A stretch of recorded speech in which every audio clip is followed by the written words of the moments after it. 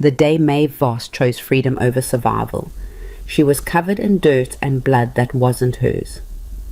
While her beautiful sister entertained the most dangerous man in Montana, inside their dying ranch house, Maeve was outside burying the horse her father had worked to death. She had calloused hands, a borrowed dress, and absolutely nothing left to lose. When rancher Rhett Calloway shocked everyone by choosing her instead, the wrong daughter, the worthless one, she made a decision that would either kill her or transform the entire frontier. Stay until the end to see how one woman's impossible choice changed everything. Drop a comment with your city so I can see how far the story travels. The fence post cracked under Maeve's hammer before she even heard the sound. She felt it first, the vibration shooting up through the worn wooden handle, through her palms already bleeding from 4 hours of work, straight into her shoulders. The post split clean down the middle and fell sideways into the dirt.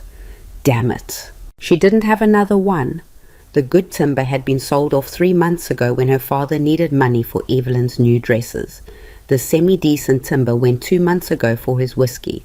What remained was rotting, termite-damaged garbage that wouldn't hold a fence line against a strong wind, much less cattle. Maeve straightened slowly, pressing one dirt-stained hand against the small of her back. 22 years old, and her spine already felt like an old woman's. The Montana sun beat down without mercy, turning the back of her neck into leather. Sweat plastered her thin cotton shirt against her ribs. She could feel every bone. She looked toward the ranch house, 200 yards away, white paint peeling, porch sagging on one side. From here, she could see movement through the parlor windows, her mother fussing with flowers. Her sister Evelyn posed like a painting in her new blue dress, the one that cost more than 6 months of Maeve's labor. Her father, Samuel Voss, standing stiff-backed and desperate, trying to look like a man who still owned something worth owning. They were waiting for Rhett Calloway. The name alone made most men in the territory either reach for a gun or look for an exit. Rhett Calloway, son of Gideon Calloway, the cattle king who controlled half of Montana through methods that made sheriffs look the other way and preachers swallow their sermons. The Callaways didn't ask for land. They took it. They didn't negotiate. They conquered. And now Rhett Calloway was coming to Hollow Creek Ranch to choose himself a wife. Everyone knew he'd pick Evelyn. Beautiful, refined, educated Evelyn, who could smile like honey and play piano like an angel, and had never touched a fence post in her entire life. Evelyn, who their father had groomed since birth to marry someone powerful, someone who could save them all. Maeve wasn't even supposed to be visible today. Stay out of sight, her father had told her that morning, not looking at her. He never looked at her. Work the south fence. Keep your head down. If Calloway sees you, he'll think we're fielding farmhands in skirts. Her mother had nodded agreement while pinning Evelyn's hair into something elaborate. We can't risk him thinking we're common. Evelyn had said nothing. She never did when it came to Maeve. She just looked through her, the way you'd look through a window. Maeve grabbed another post from the wagon, one of the bad ones, because they were all bad ones now, and started digging a new hole. The shovel hit rocks immediately. It always did. Hollow Creek had the worst soil in the valley, which was why her grandfather had bought it cheap 40 years ago. He'd planned to make something of it through hard work and stubbornness. He died disappointed. Her father had inherited a struggling ranch and promptly made it worse through gambling, drinking, and decisions that ranged from stupid to catastrophic. Now they were 3 months from foreclosure. The cattle were dying from disease her father was too cheap to treat, and their last hope was marrying Evelyn off to someone rich enough to pay their debts. Maeve dug harder, anger making her movements sharp. She wasn't bitter that Evelyn got the dresses and the attention and the marriage prospects. She'd accepted that years ago. What burned was the unfairness of it.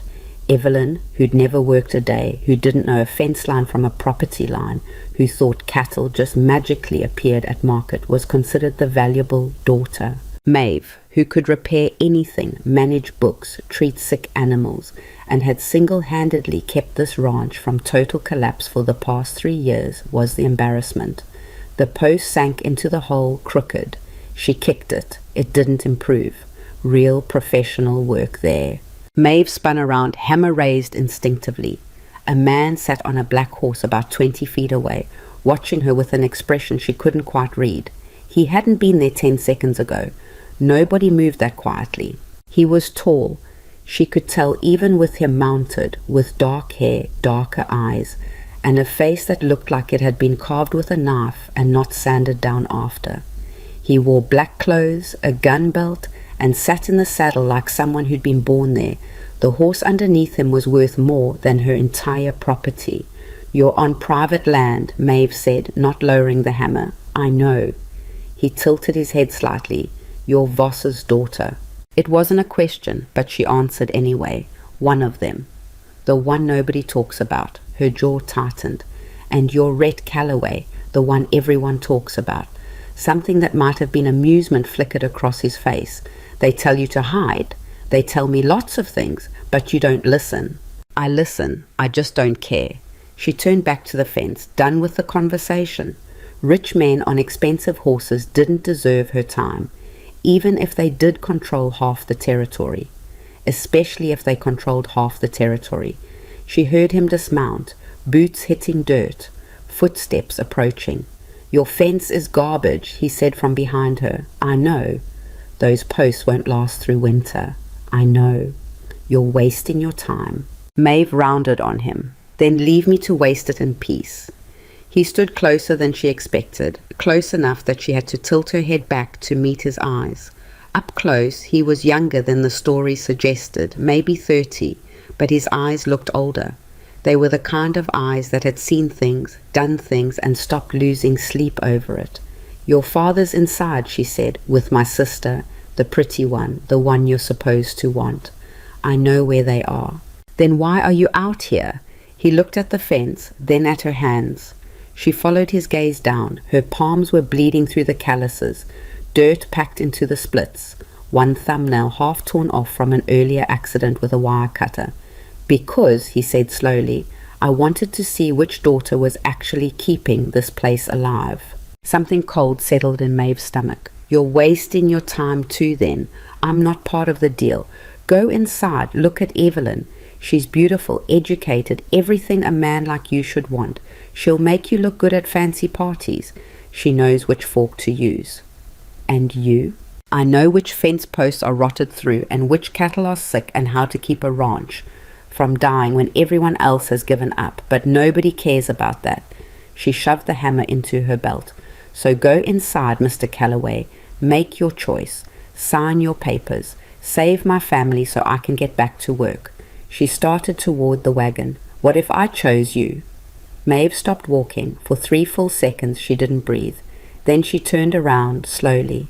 "Excuse me?" Rhett Calloway stood with his hands loose at his sides, watching her the way a card shop watches a table.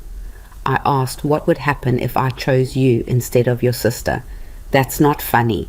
"I'm not joking." Maeve stared at him. "You don't even know me.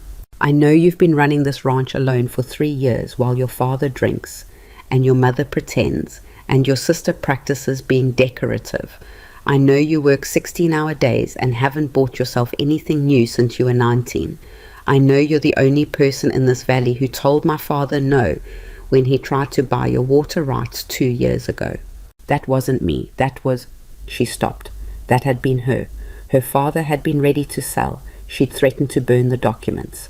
"I need someone who can survive what's coming," Rhett said. "Someone who knows how to fight when everything's falling apart. Someone who won't break when the territory tries to destroy them."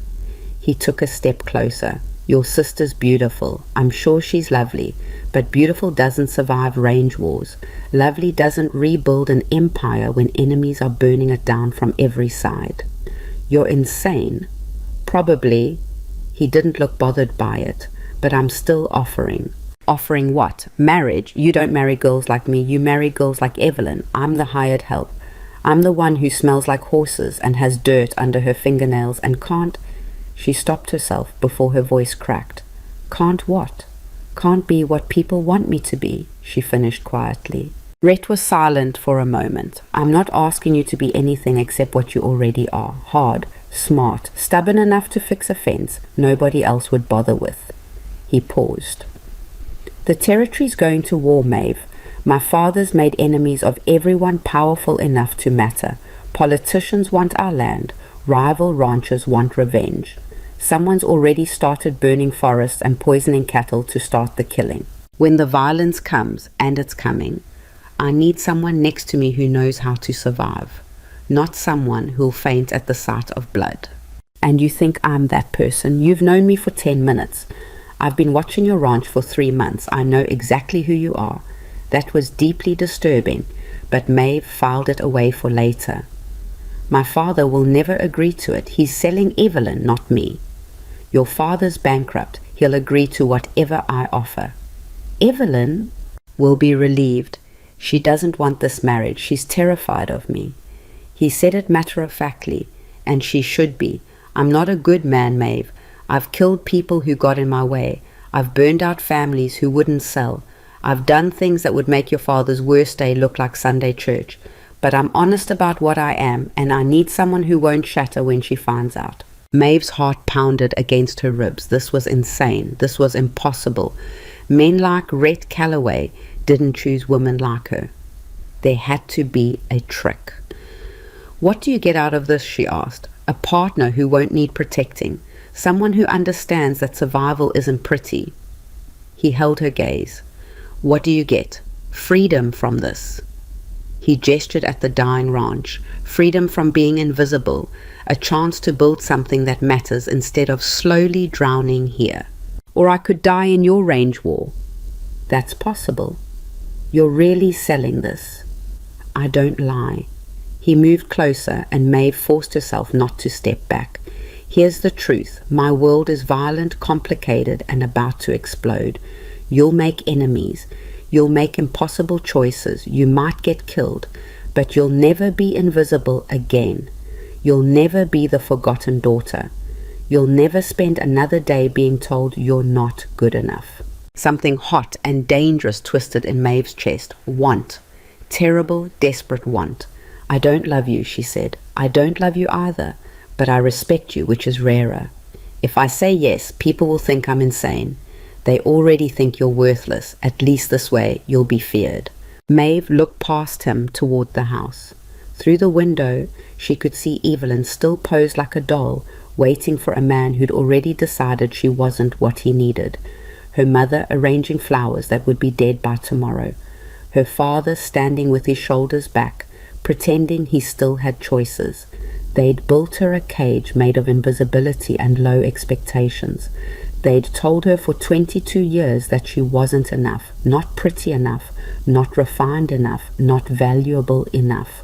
And now this dangerous man with blood on his hands was offering her a way out. It would probably kill her, but at least she'd die as someone who mattered. One condition, Maeve said. Rhett raised an eyebrow. You're negotiating? If I do this, if I ride away with you, you help my sister. She's trapped here same as me, just in a prettier cage. When my father tries to sell her off to the next rich bastard, you stop it. Done. Just like that? Just like that, he extended his hand. Do we have a deal? Maeve looked at his hand, looked at the house, looked at the broken fence post she'd wasted an hour on, looked at her bleeding palms and thought about every single day of her life spent being told she wasn't enough. She shook his hand. His grip was firm, calloused, the handshake of someone who worked, not just owned. When do we leave? She asked. Now. I can't just eat. If we walk in that house, your father will negotiate for hours and your mother will faint, and Evelyn will cry, and by sunset half the territory will know I chose the wrong daughter. They'll call you a whore who seduced me. They'll call me insane, and your father will find a way to reverse everything. He dropped her hand. So we leave now, ride to my ranch, send word after. Let them rage in private. Maeve's stomach flipped. They'll think you kidnapped me. Let them think it. She stopped. What would they do? Mourn her? Unlikely. Worry? Her father would worry about the scandal. Her mother would worry about the social implications. Evelyn would worry about nothing because Evelyn had never worried about Maeve once in her entire life. "I don't have anything," Maeve said. "No clothes, no belongings. I'll buy you new ones. I don't want your charity." "Then earn them. Work for them. I don't care." He was already moving toward his horse. "But decide now, Maeve, because in 5 minutes I'm riding through that door, and I'm either leaving with you or I'm leaving with a political arrangement that means nothing. Your choice." Maeve looked at the house one more time. 22 years. 22 years of being second best, invisible, worthless. 22 years of fixing things nobody thanked her for. 22 years of being the wrong daughter. She walked to Rhett's horse. He mounted first, then extended his arm down. She grabbed it and let him pull her up behind him. The horse shifted under the extra weight, but didn't protest. Maeve wrapped her arms around Rhett's waist, feeling the solid reality of what she'd just agreed to. "Hold on," he said. "I am." "No, really hold on." The horse exploded into motion. They took the north trail, the one that bypassed the house entirely. Maeve caught one glimpse of the parlor window. Her mother still arranging flowers. Evelyn still perfect. And then they were gone, racing across the valley with dust rising behind them like a declaration. The forgotten daughter was leaving, and she was never coming back. They rode hard for 3 hours before Rhett finally slowed the horse. By then, Maeve's legs were numb, her arms ached, and every bone in her body felt rattled loose. But she didn't complain. Complaining was weakness, and she just made a deal with a devil who respected strength. "We'll stop here," Rhett said, guiding the horse toward a creek. "Water, rest." Maeve slid off awkwardly, her legs nearly buckling. She caught herself on a tree and tried to look like she'd meant to do that. Rhett dismounted with the ease of someone who'd been born in a saddle. He led the horse to the creek and let it drink while Maeve collapsed onto a fallen log and tried to remember how breathing worked. "You all right?" he asked without looking at her. "Fine. You're limping." "I'm not used to riding 3 hours straight." "You'll get used to it." He finally glanced over. "Or you won't, and you'll spend every day in pain. Either way, we have a lot of riding ahead." Maeve wanted to hit him. "You're a real comfort. I told you I don't lie." He pulled something from his saddlebag, bread, cheese, dried meat. He tossed half to her. "Eat." She caught it instinctively. "I'm not hungry." Her stomach betrayed her with a loud growl. Rhett raised an eyebrow. "Fine, I'm hungry." She bit into the bread and nearly moaned. Real bread, fresh bread.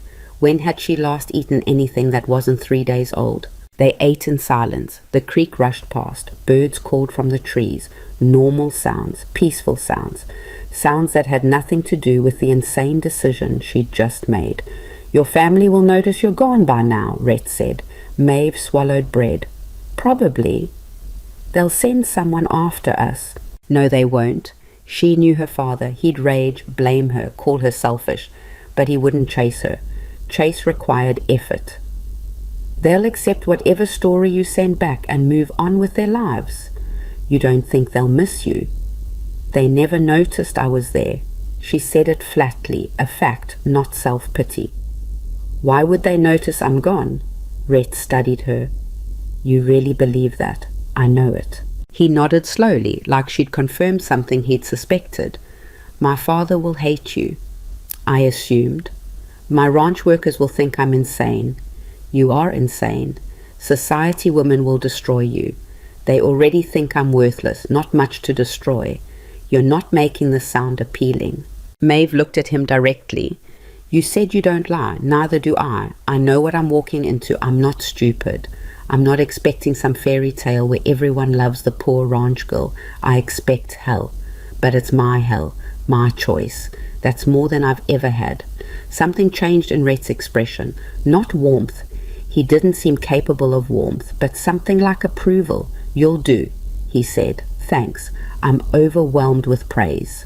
"Don't expect praise, expect work." He stood brushing crumbs off his pants. We've got another 4 hours to the ranch. You ready? No, absolutely not. Her entire body hurt. Her mind was screaming that she'd made a terrible mistake, and some part of her wanted to run back to Hollow Creek and pretend this never happened. Yes, Maeve said, standing up. They mounted again and rode into the gathering dusk. The Callaway Ranch appeared just after sunset, like something out of a dark dream. Maeve had heard stories, of course. Everyone had. The Callaway Empire was legendary, massive, powerful, untouchable. But stories didn't prepare you for reality. The main house rose 3 stories tall, built from stone and timber that had probably been stolen from 6 different properties. Light blazed from every window. Outbuildings spread across the valley like a small town, bunkhouses, barns, storage sheds, forges. Fences stretched toward the horizon in every direction, enclosing land that seemed to go on forever. Welcome home, Rhett said. This isn't home, this is a kingdom. Same thing. He guided the horse through the main gate. Workers stopped and stared as they passed. Maeve heard whispers but couldn't make out words. They stopped in front of the main house. Rhett dismounted, then helped Maeve down. Her legs nearly gave out again. He caught her elbow. You good? Stop asking me that. Stop looking like you're about to collapse. Before Maeve could respond, the front door slammed open. A man stepped out onto the porch and Maeve's breath caught. Gideon Callaway. She'd never seen him in person before. He was shorter than she expected, but somehow filled more space. Barrel-chested, grey-haired, with eyes like chips of ice. He wore expensive clothes, a gun belt, and an expression of absolute authority. He looked at Maeve the way you'd look at something stuck to your boot. What? Gideon said slowly. The hell is this? This is Maeve Voss, Rhett said calmly. My wife. The silence that followed could have killed small animals. Your wife? Gideon repeated. Yes. The daughter I sent you to evaluate? Yes. The pretty daughter? The educated daughter? The one who would make us look civilized? No, the other one. Gideon's face went red. You brought me a ranch hand? I brought you a partner, Rhett said. There's a difference. She looks like she crawled out of a ditch. She looks like she works for a living, which is more than most of your fancy society friends can say. Gideon descended the porch steps slowly, each footfall deliberate. He stopped in front of Maeve, looking her up and down with open disgust. Do you speak? He asked her. Maeve met his eyes. When I have something worth saying. And do you? Not to you. Rhett made a sound that might have been a smothered laugh. Gideon's jaw tightened. You think you're clever. You think because my son chose you, you matter. But let me be very clear, girl. He stepped closer, invading her space. You are nothing. A poor ranch girl with dirt under her nails and no family worth naming. You will embarrass us. You will fail. And when you do, I will personally... Enough. Rhett's voice cut like a blade. Gideon turned to him. This is a mistake. It's my mistake to make. She's weak. She survived 22 years keeping a dying ranch alive alone. You built your empire with 50 men and my grandfather's money. Don't talk to me about weakness. Father and son stared at each other.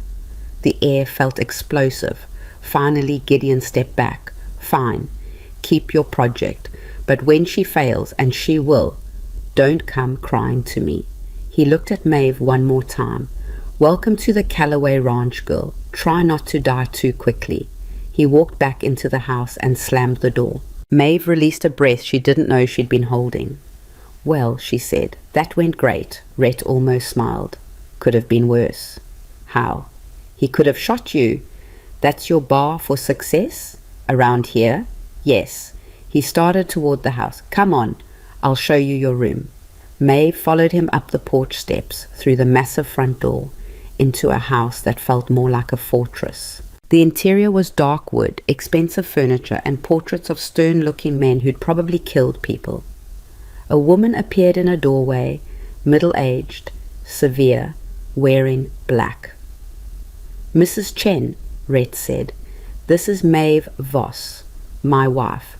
She'll need rooms, clothes, and food. Mrs. Chen looked Maeve over with the same enthusiasm someone might show a mud-covered dog. I'll see what I can manage. See that you do. Rhett started up the stairs. This way. They climbed to the second floor. The hallway stretched impossibly long. Doors lining both sides. Rhett stopped at one near the end. Your room, he said, opening it. Maeve stepped inside and stopped breathing. The room was bigger than her entire bedroom back home. A massive bed dominated one wall. Real curtains hung at the windows. A fireplace stood ready to use. Everything was clean, expensive, untouched. The bathroom's through there, Rhett said, pointing. Mrs. Chen will bring clothes tomorrow. For tonight there should be something in the wardrobe. Maeve turned to him. Where's your room? Across the hall.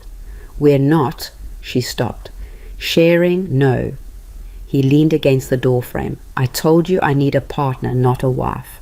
We'll marry for politics and survival. What happens beyond that is up to you.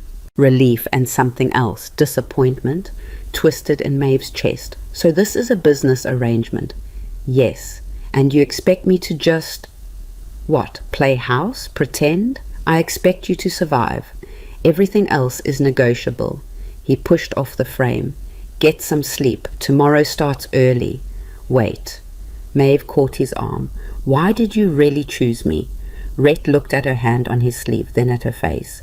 I told you I need someone strong. That's not all of it. He was quiet for a long moment. My father built this empire through fear and violence. It's eating itself from the inside. Politicians hate us. Ranchers hate us. Our own workers hate us. And someone's actively trying to burn everything down. He paused. Everyone expects me to save it the same way my father built it, with blood. But blood just makes more enemies. I need someone who thinks different. Someone who survived by being smart instead of brutal. You think I can save your empire? I think you're the only person who might. He pulled his arm free gently. Get some sleep, Maeve. Tomorrow you meet the territory, and they're going to try to destroy you. He left, closing the door behind him. Maeve stood alone in her enormous new room, in her enormous new life, and wondered if she'd made the bravest choice of her life or the stupidest. Probably both. She walked to the window. Below, the ranch sprawled across the valley like a living thing. Lights flickered. Voices carried on the wind. Somewhere out there, enemies were planning, rivals were gathering, violence was coming, and she, Maeve Voss, the forgotten daughter nobody wanted, was standing at the center of it all. She touched the window glass, feeling the cold. What have I done? She whispered. The darkness didn't answer. But somewhere, deep in her chest, something that had been dead for years flickered back to life. Hope. Maeve woke to someone pounding on her door like they were trying to break it down. She jerked upright, heart hammering, momentarily forgetting where she was. The enormous room materialized around her in the pre-dawn grey. Expensive furniture, curtains she didn't recognize, a bed too soft to be real. Then yesterday crashed back. The choice, the ride.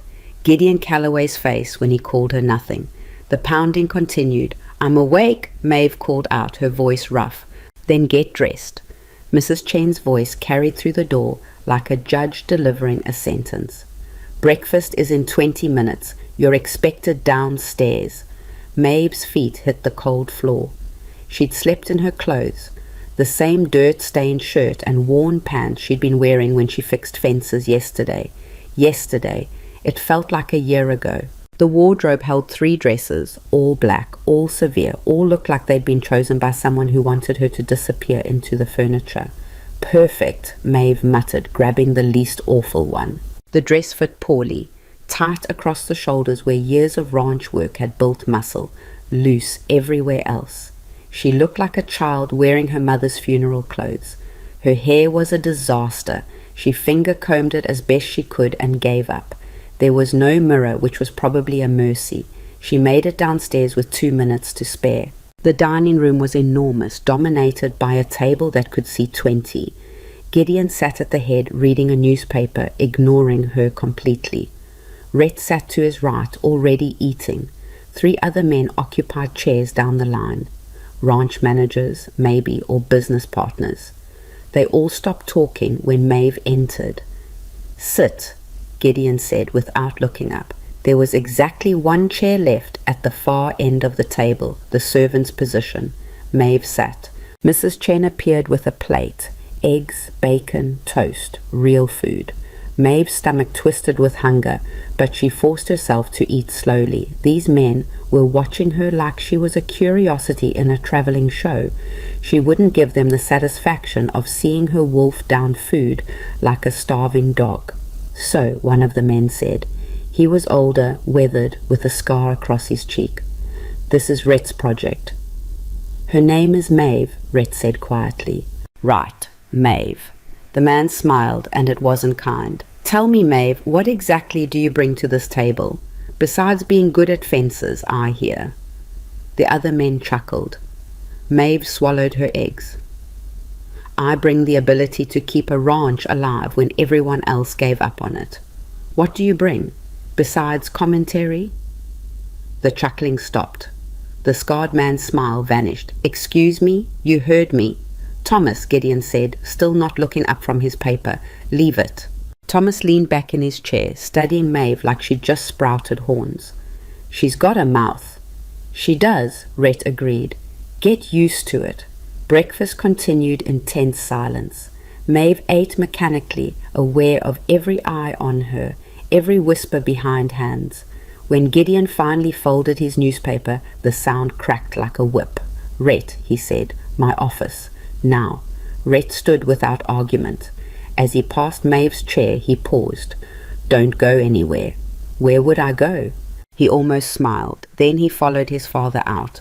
The moment they left, the dining room erupted in conversation. Thomas leaned toward the man next to him, whispering something that made them both laugh. Mrs. Chen cleared plates with aggressive efficiency, her disapproval radiating like heat. Maeve sat very still and tried to look like she wasn't bothered. She was absolutely bothered. After 10 minutes that felt like 10 hours, she stood and walked out. Nobody stopped her. Nobody spoke to her. She might as well have been a ghost. The house was a maze. She took a hallway that led somewhere, turned left because right looked wrong, and ended up in a library that smelled like leather and old paper. Books lined the walls, floor to ceiling. A massive desk sat in the center, covered in maps and documents. "You lost?" Maeve spun. A woman stood in the doorway. Young, maybe 18, with dark hair pulled back and eyes that looked too knowing for her age. She wore riding clothes and held a hat. "I'm," Maeve started. "The new wife, I know. Everyone knows." The girl walked in, tossing her hat onto the desk. "I'm Iris, Gideon's ward, which is a fancy way of saying my parents died, and he took me in because it looked good politically." Maeve blinked. "That's honest." "Honesty's the only currency worth anything around here. Everything else is lies and leverage." Iris studied her. "You look terrible, by the way." "Thanks. That dress is awful. Who chose it? Mrs. Chen?" "I assume." "She hates you already. That's actually impressive. Usually takes her a week to form an opinion." Iris circled Maeve slowly, evaluating. "You're stronger than you look. Ranch work? My whole life." "Good, you'll need it." Iris stopped in front of her. "They're going to try to break you. The ranch wives, society women, everyone who thinks they matter. They'll call you common. They'll exclude you from parties. They'll laugh at your clothes and your hands and the way you talk. And they'll wait for you to cry or quit or run away. I'm not planning to do any of those things." "Good, because if you do, you're dead. Not literally, probably, but you'll be invisible. And invisible women don't survive here." Iris picked up her hat. "I'm riding out to check the north pastures. Want to come?" Maeve glanced toward the door. "Rhett said not to go anywhere." "Rhett says lots of things. Besides, he's stuck in Gideon's office getting yelled at about his life choices. You've got at least an hour." Iris grinned. "Come on, I'll show you what you actually married into." Against her better judgment, Maeve followed. They took horses from the stable, Iris riding a grey mare that clearly adored her. Maeve on a calmer gelding that eyed her with suspicion. The morning air was cold and sharp, burning Maeve's lungs in a way that felt like waking up. "So," Iris said as they rode through the main gate, "what made you say yes?" "To what?" "To Rhett. To this." She gestured at the sprawling ranch around them. "You could have said no, stayed home, married someone safe." Maeve thought about lying, then decided against it. "I was invisible at home. At least here I'm hated. That's an improvement." Iris laughed, a real laugh, surprised and genuine. "I like you. That's rare." They rode in silence for a while. The land unfolded around them, endless and beautiful, and somehow wrong. Too perfect, too controlled, every fence line precise, every pasture organized, every tree cleared, where it might block a view or provide cover. "Gideon built all this," Iris said, following Maeve's gaze. "From nothing, well, not nothing, from stolen land and broken families and deals made with men who deserve killing, but he built it." "You don't sound impressed." "I'm not. Impressed would mean I think it'll last." She pointed toward the horizon. "See that smoke?" Maeve squinted. A thin column rose in the distance, barely visible against the morning sky. "Forest fire," Iris said. "Small one, started 3 days ago. Our men put it out twice. It keeps coming back." "Accident?" "Nothing here is an accident." Iris turned her horse east. "Come on, I'll show you something else." They rode for another 20 minutes before Iris slowed near a fence line. The fence looked wrong. Posts blackened, wire melted in places, grass scorched in a perfect circle.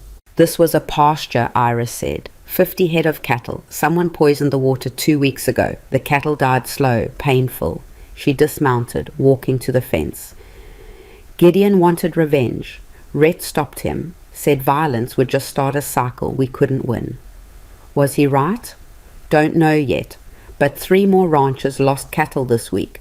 Different methods, different locations. Someone starting a war, and they're making sure everyone bleeds before the first shot fires." Maeve dismounted, examining the scorched earth. The grass was trying to grow back, but it looked sickly, wrong. Who would do this? Take your pick. Politicians who want the land, ranchers who want revenge for things Gideon did 20 years ago, mining companies who want the water rights, railroad men who want routes through the territory. Iris kicked at the blackened ground. Gideon made enemies the way other men make friends. Now those enemies are circling. "And Rhett thinks I can help with that?" "Rhett thinks you're crazy enough to try something different. Whether he's right..." Iris shrugged. "We'll see if you live long enough to matter." They rode back in thoughtful silence. Maeve's mind churned through what she'd seen. The burned pasture, the poisoned water, the forest fires that kept returning. This wasn't random violence. This was strategic. Someone was bleeding the Callaway Empire slowly, carefully, making sure the damage looked random enough to avoid direct confrontation. When they reached the stable, Rhett was waiting. He looked tired, angry, and somehow unsurprised. "Where were you?" "Riding," Maeve said, dismounting.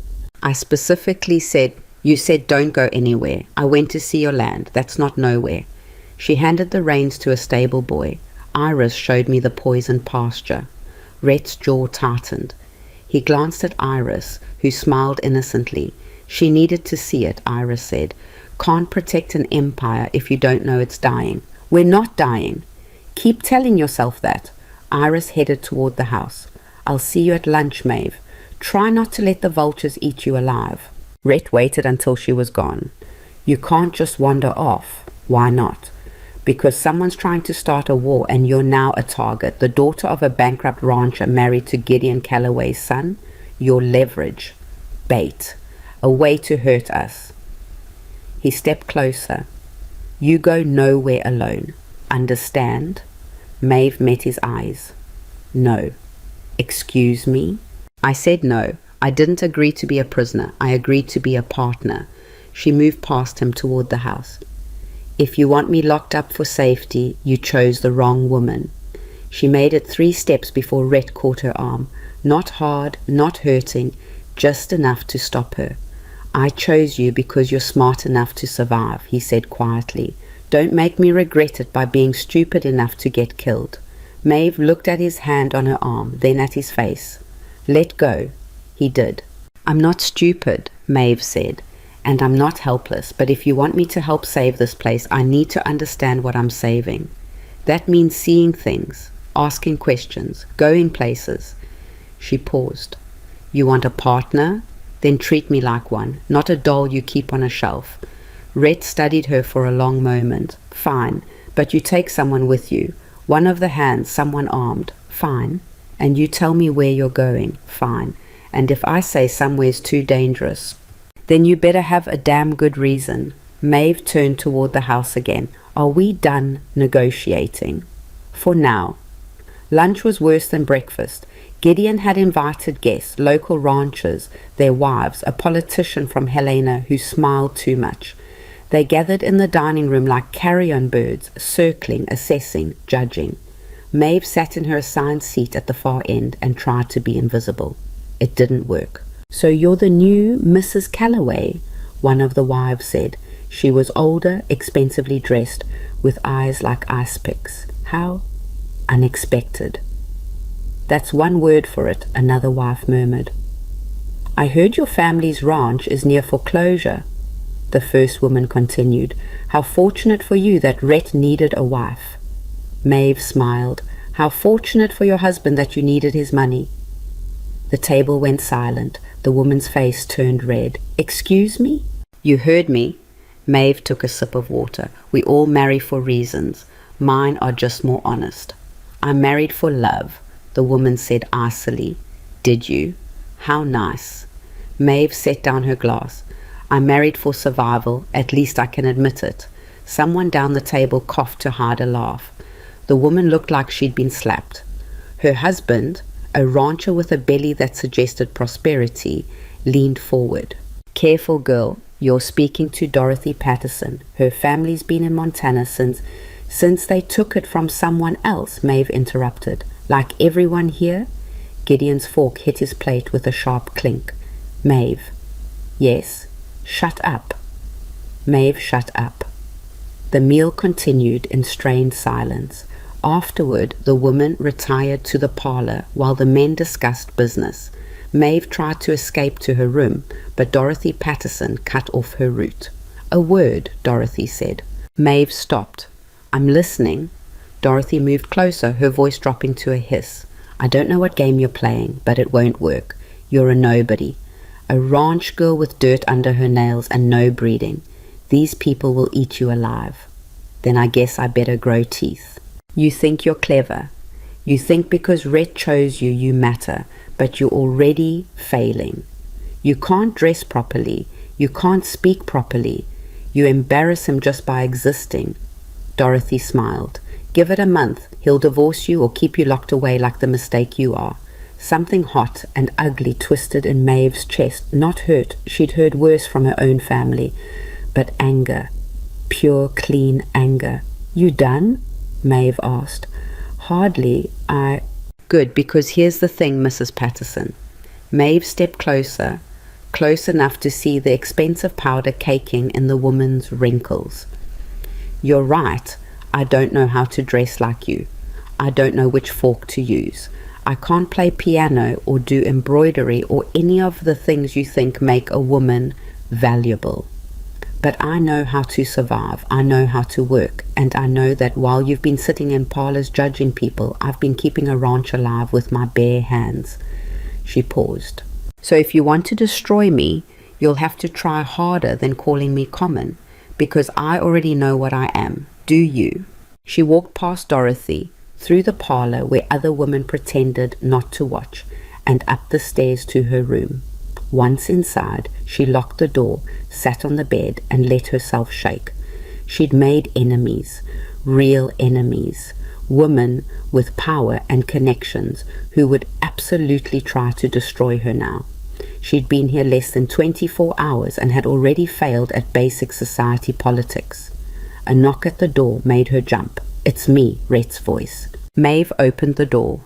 Rhett stood in the hallway looking exhausted. I heard about lunch, he said. I imagine you did. Dorothy Patterson is one of the most influential women in the territory. I know. And you just declared war on her. I know. Rhett ran a hand through his hair. What the hell were you thinking? I was thinking she called me worthless and I disagreed. Maeve crossed her arms. You wanted someone strong, someone who wouldn't break. Well, congratulations, you got exactly what you asked for. I asked for smart, not suicidal. Same thing in your world, apparently. Maeve moved to the window, looking out at the darkening valley. They were always going to hate me, Rhett. Whether I smiled and nodded or fought back, the result's the same. At least this way, they know I'm not easy prey. Rhett was quiet for a moment. You're right. Maeve turned. What? You're right. They were always going to hate you, and fighting back was probably the only move that gave you any chance at all. He leaned against the door frame. But it's going to get worse now. They'll come for you harder. Make sure you fail publicly. Let them try. You say that now. I'll say it tomorrow too. Maeve faced him fully. I'm not going to bow and scrape and beg these people to like me. If that's what you wanted, you chose wrong. I know what I chose. Rhett straightened. Get some rest. Tomorrow we ride to the Patterson Ranch. Why? Because Dorothy's husband controls the water rights for the Northern Territory. And if we're going to survive the war coming, we need him as an ally, not an enemy. Even after what I said to his wife? Especially after what you said to his wife. You can't take it back. So now we move forward and deal with the consequences. He started to leave, then paused. For what it's worth, what you said to her was true, and it needed saying. He left before Maeve could respond. She stood alone in her room, processing. Tomorrow she'd face the woman she'd just publicly humiliated. Tomorrow she'd have to negotiate with people who hated her. Tomorrow the real work began. She should have been terrified. Instead, she felt alive. The next morning brought rain, hard, cold rain that turned the ground to mud and made the horses miserable. Maeve dressed in the least awful dress again, braided her hair tight, and met Rhett at the stable. You ride in that? Rhett asked, looking at her dress. Unless you want me to ride naked. I want you to ride prepared. You can't negotiate in a dress that's soaked through. He handed her a bundle. Change, now. The bundle contained men's riding clothes, pants, shirt, jacket, all too big but functional. Where did these come from? Maeve asked. Does it matter? She changed quickly behind a stable door, rolling up sleeves and cuffs. The clothes smelled like soap and leather and something else. Cedar, maybe. They felt like freedom. They rode through the rain for 2 hours. Rhett didn't talk and Maeve didn't push.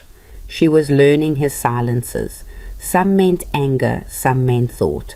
This one meant worry. The Patterson Ranch appeared through the rain like a judgment. Smaller than the Callaway spread, but still massive, with a house that looked more like a manor. Workers watched them approach with unfriendly eyes. Stay close, Rhett said as they dismounted. Let me talk first. I'm not an idiot. Prove it. A servant led them inside, through hallways lined with portraits of stern Patterson ancestors, into a sitting room where Franklin Patterson waited.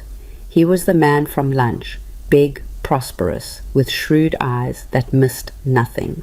Rhett, Franklin said, and your new wife. How unexpected to see you both.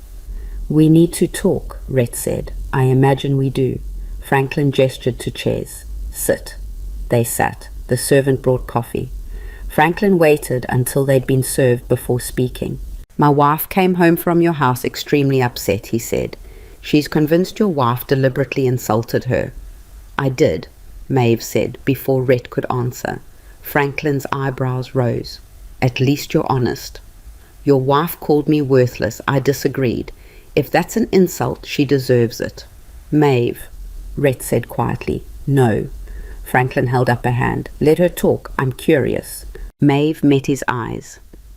Your wife and her friends have decided I'm beneath them because I worked for a living. Instead of sitting in parlors judging people, they want me to fail because I prove they're not special, just lucky. and they're terrified that if I succeed, everything they think makes them better than everyone else means nothing. Franklin studied her. You're not wrong, I know, but you're also not making friends. I wasn't trying to. That's obvious. Franklin sipped his coffee. So what are you trying to do? Maeve glanced at Rhett, who gave her a tiny nod. I'm trying to survive, she said, and help the Calloway ranch survive, which means I need to understand who our allies are and who's trying to destroy us. And you think I'm an ally? I think you're smart enough to see that a range war benefits nobody except coffin makers and lawyers. I think you control water rights that half the territory needs. And I think if we're fighting each other, we're not watching for whoever's poisoning cattle and burning forests. Franklin set down his cup slowly. You know about that? I saw the burned pasture yesterday. Iris showed me. Maeve leaned forward. Someone starting a war, making it look random, bleeding everyone just enough to make us turn on each other, and when we're too busy fighting to notice, they'll take everything. And you have proof of this? Not yet, but I will. Franklin looked at Rhett. She always this direct? Usually more so. Franklin stood, walking to the window. Rain hammered the glass. Dorothy wants me to refuse you. Cut off your water access. Make sure your ranch suffers. Maeve's stomach tightened. But, Franklin continued, Dorothy's never run a ranch. She doesn't understand that revenge is expensive and survival requires allies. He turned. So here's my offer. I'll maintain your water access. I'll even quietly support you when the Territory Council meets next month. But you owe me. What do you want? Rhett asked. Information. Someone's hurting all of us, not just the Calloways. Find out who. Prove it. And when the time comes to stop them, I'll stand with you. Franklin extended his hand. Do we have a deal? Rhett stood, shaking his hand. We do. Good. Franklin looked at Maeve. One more thing. Dorothy's hosting a society dinner next week. You're invited. That sounds like hell, Maeve said. Franklin smiled. It will be. But if you survive it, people will respect you. If you hide, they'll destroy you. Your choice. They rode home through rain that had turned to sleet. Maeve was soaked, freezing, and somehow exhilarated. That went better than expected, Rhett said. He's using us. Of course he is. We're using him too. That's how alliances work.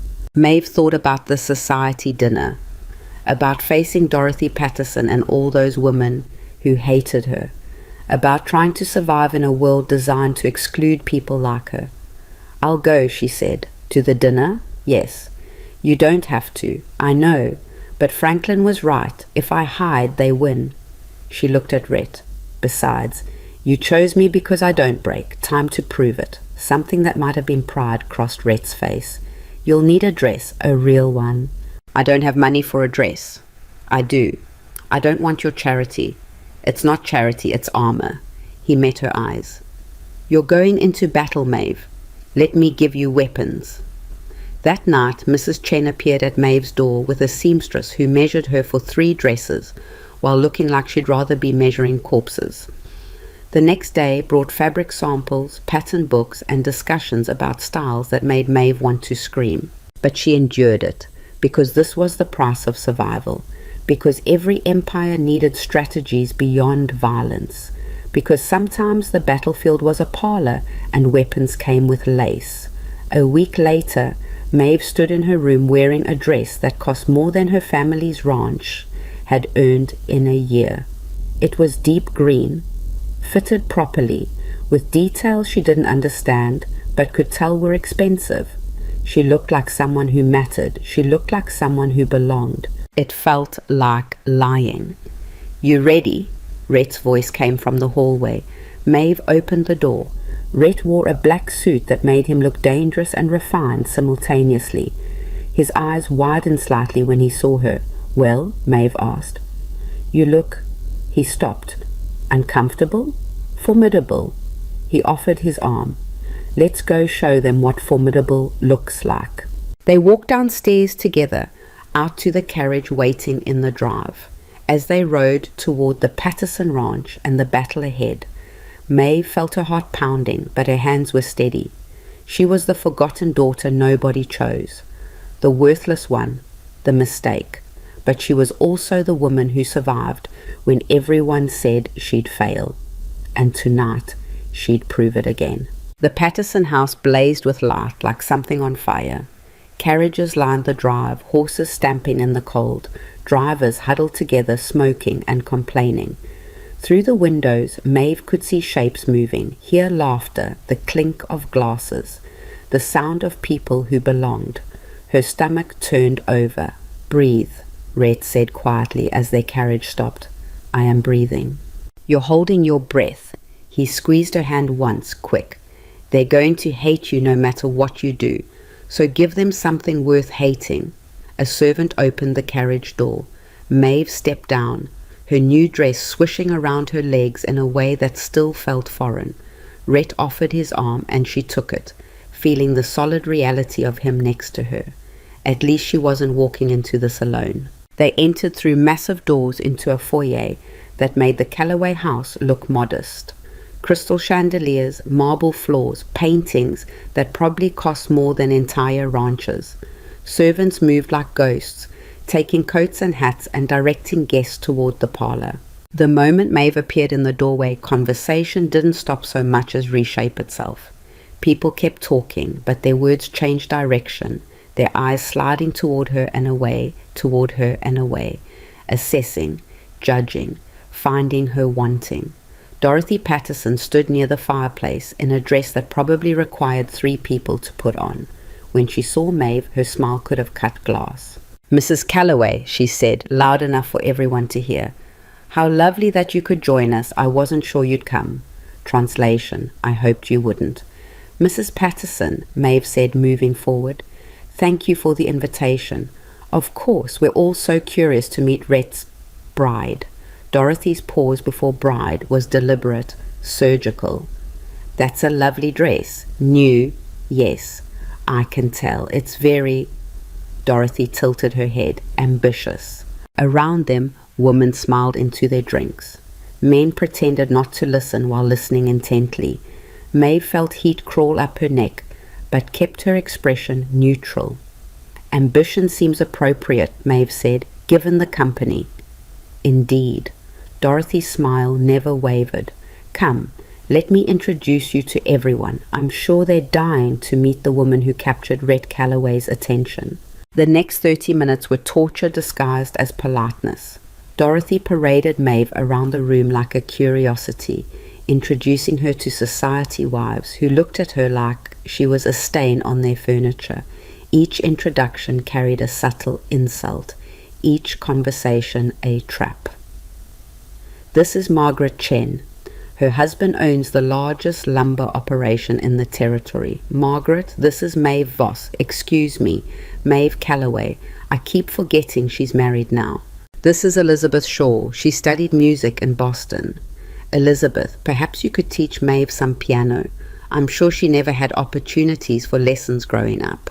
This is Victoria Brennan. Her family's been in Montana for 3 generations.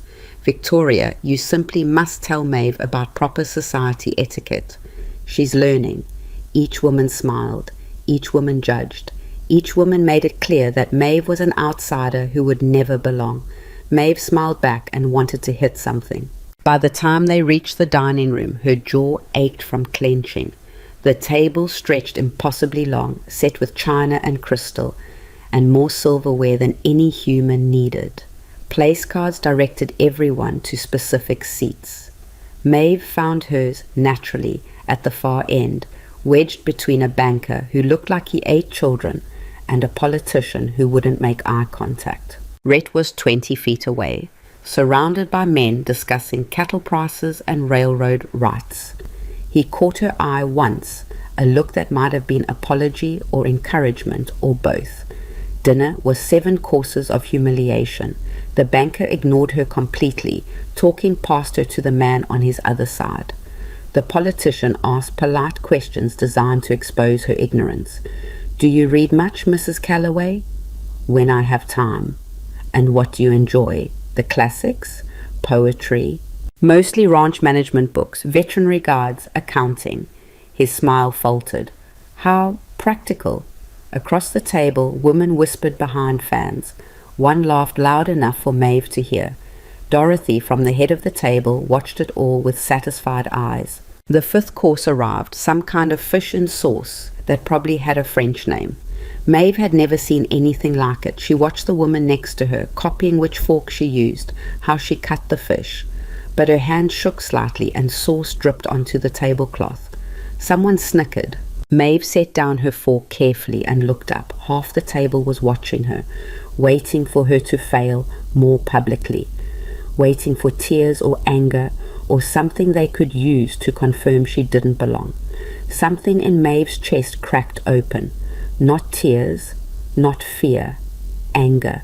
Pure, clean anger that burned through the humiliation and left something harder behind. She picked up her fork again and took another bite.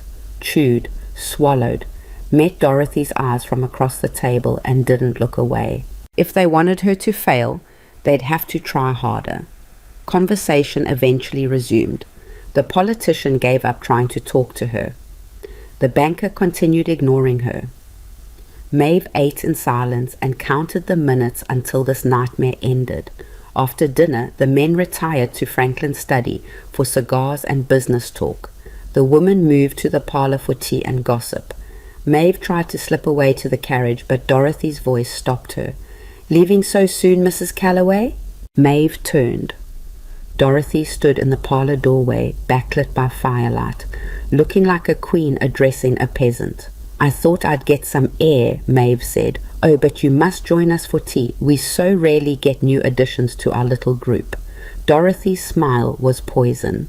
"Besides, we have questions." There was no polite way to refuse. Maeve followed her into the parlor where 8 women sat arranged like a tribunal. They made space for her on a small chair near the fire, close enough to be included, far enough to be apart. A servant brought tea. Maeve accepted a cup and waited. "So," Margaret Chen said, stirring her tea with studied casualness. "Tell us about your family, Maeve. We know so little about you." "My family owns Hollow Creek Ranch." "Owned," Dorothy corrected gently. "I heard it's in foreclosure." "Financial difficulties," Elizabeth Shaw added with false sympathy. "How difficult that must be." "My father made poor choices," Maeve said evenly. "It happens." "And your mother?" Victoria Brennan asked. What does she do?" "She managed the household before." Before? Before there was nothing left to manage. Silence settled over the room. The women exchanged glances. This wasn't going how they'd planned. They wanted her defensive, emotional, easy to break. Instead, she was giving them facts, flat and unadorned. Dorothy set down her teacup. "You must understand our concern, dear. Rhett is one of the territory's most eligible men. His choice of wife affects all of us, socially, politically, economically. We need to know we can trust you to represent us properly." "I'm not here to represent you," Maeve said. "Excuse me?" "I married Rhett, not the Territory Wives Society." Maeve set down her own cup. "If you're worried I'll embarrass you at parties, don't invite me. If you're worried I don't know which fork to use, you're right, I don't. I know how to keep a ranch alive. I know how to fix things that are broken. I know how to survive. If that's not valuable to you, that's fine. But don't pretend this concern is about me. It's about you feeling threatened." The room went absolutely silent. Margaret Chen's mouth fell open. Elizabeth Shaw looked like she'd been slapped. Victoria Brennan stared at her teacup like it held answers. Dorothy's face went very still. "You think we're threatened by you? I think you've spent your whole lives being told you matter because you're beautiful, or refined, or married well. And I'm none of those things, but I'm still here, still surviving, still married to a man you all probably wanted for yourselves or your daughters." Maeve stood. "So yes, I think you're threatened, because if I succeed, it means everything you think makes you special is actually worthless." She walked out before anyone could respond. The hallway felt cold after the parlor's fire. Maeve's hands were shaking, not from fear, from adrenaline. She'd just declared war on the most powerful woman in the territory. There was no taking it back, no apologizing her way out of this. She found a side door and stepped into the night. The cold air hit like a slap, clearing her head. She leaned against the wall and let herself shake. That was either the bravest thing I've ever seen or the stupidest. Maeve jumped. Iris emerged from the shadows, holding a cigarette. "What are you doing here?" Maeve asked. "Same thing as you, surviving mandatory social torture." Iris took a drag. "I watched the whole thing through the door." Dorothy's face was incredible. "She's going to destroy me." "Probably." Iris offered the cigarette. "Want some?" Maeve shook her head. "I don't smoke." "You should start. Makes these things bearable." Iris leaned against the wall next to her. "For what it's worth, you were right. They are threatened, and they should be." "That doesn't help me." "No, but it's true." Iris stubbed out the cigarette. "Come on, let's get you out of here before Dorothy organizes a mob." They circled around to the front where carriages waited. Rhett was already there, talking to Franklin near the horses. When he saw Maeve, his expression shifted. "What happened?" "I happened," Maeve said tiredly. "Can we leave?" Rhett studied her face, then nodded. "Franklin, we'll talk tomorrow." "Of course." Franklin glanced at Maeve. "Mrs. Calloway, it was enlightening to have you." They rode home in silence. Maeve stared out the window at the darkness rushing past, replaying every moment, every word, every failure. By the time they reached the Calloway ranch, exhaustion had settled into her bones. "Maeve," Rhett said as she started toward the house. She stopped. "What happened in there?" "I told them the truth. They didn't like it." "Which truth?" "That they're terrified of me because I proved they're not special. Just lucky." She faced him. "I know that makes things harder. I know I should have smiled and nodded and played nice, but I can't. I won't." Rhett was quiet for a moment. Then he said, "Good." "Good? You think I chose you so you'd smile and nod? I chose you because you don't." He moved closer. "Those women have spent their whole lives maintaining a system that benefits them. You're a threat to that system. They're going to fight you hard. But fighting back was exactly right. Even if it makes us more enemies? We already had enemies. At least now they know you're not easy prey." He started toward the house. "Get some rest. Tomorrow we start finding out who's actually trying to destroy us." Maeve watched him go, then looked up at the dark house. Somewhere inside, Gideon was probably furious. Mrs. Chen would be disgusted. The servants would whisper about the ranch girl who couldn't handle society, but she'd survived. Again. And that had to count for something. The next morning brought a crisis that pushed society dinners out of everyone's mind entirely. Maeve woke to shouting. She threw on clothes and ran downstairs to find the main hall full of ranch hands, all talking at once. Rhett stood in the center, his face carved from stone. Gideon was there too, looking older than usual. "What happened?" Maeve asked. "The North Timber," Rhett said. "Someone burned it, all of it." "How much is all of it?" 3,000 acres. Thomas pushed through the crowd, covered in soot.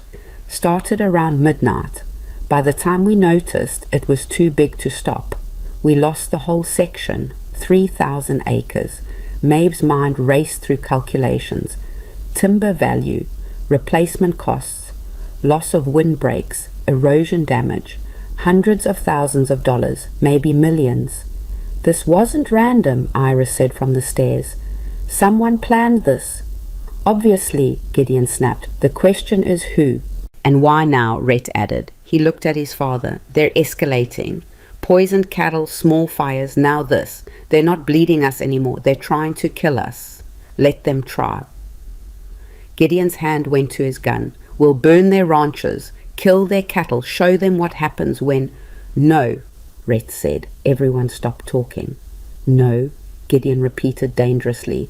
"Violence is what they want. It gives them an excuse to bring in the law, the military, whoever will take our land." Rhett met his father's eyes.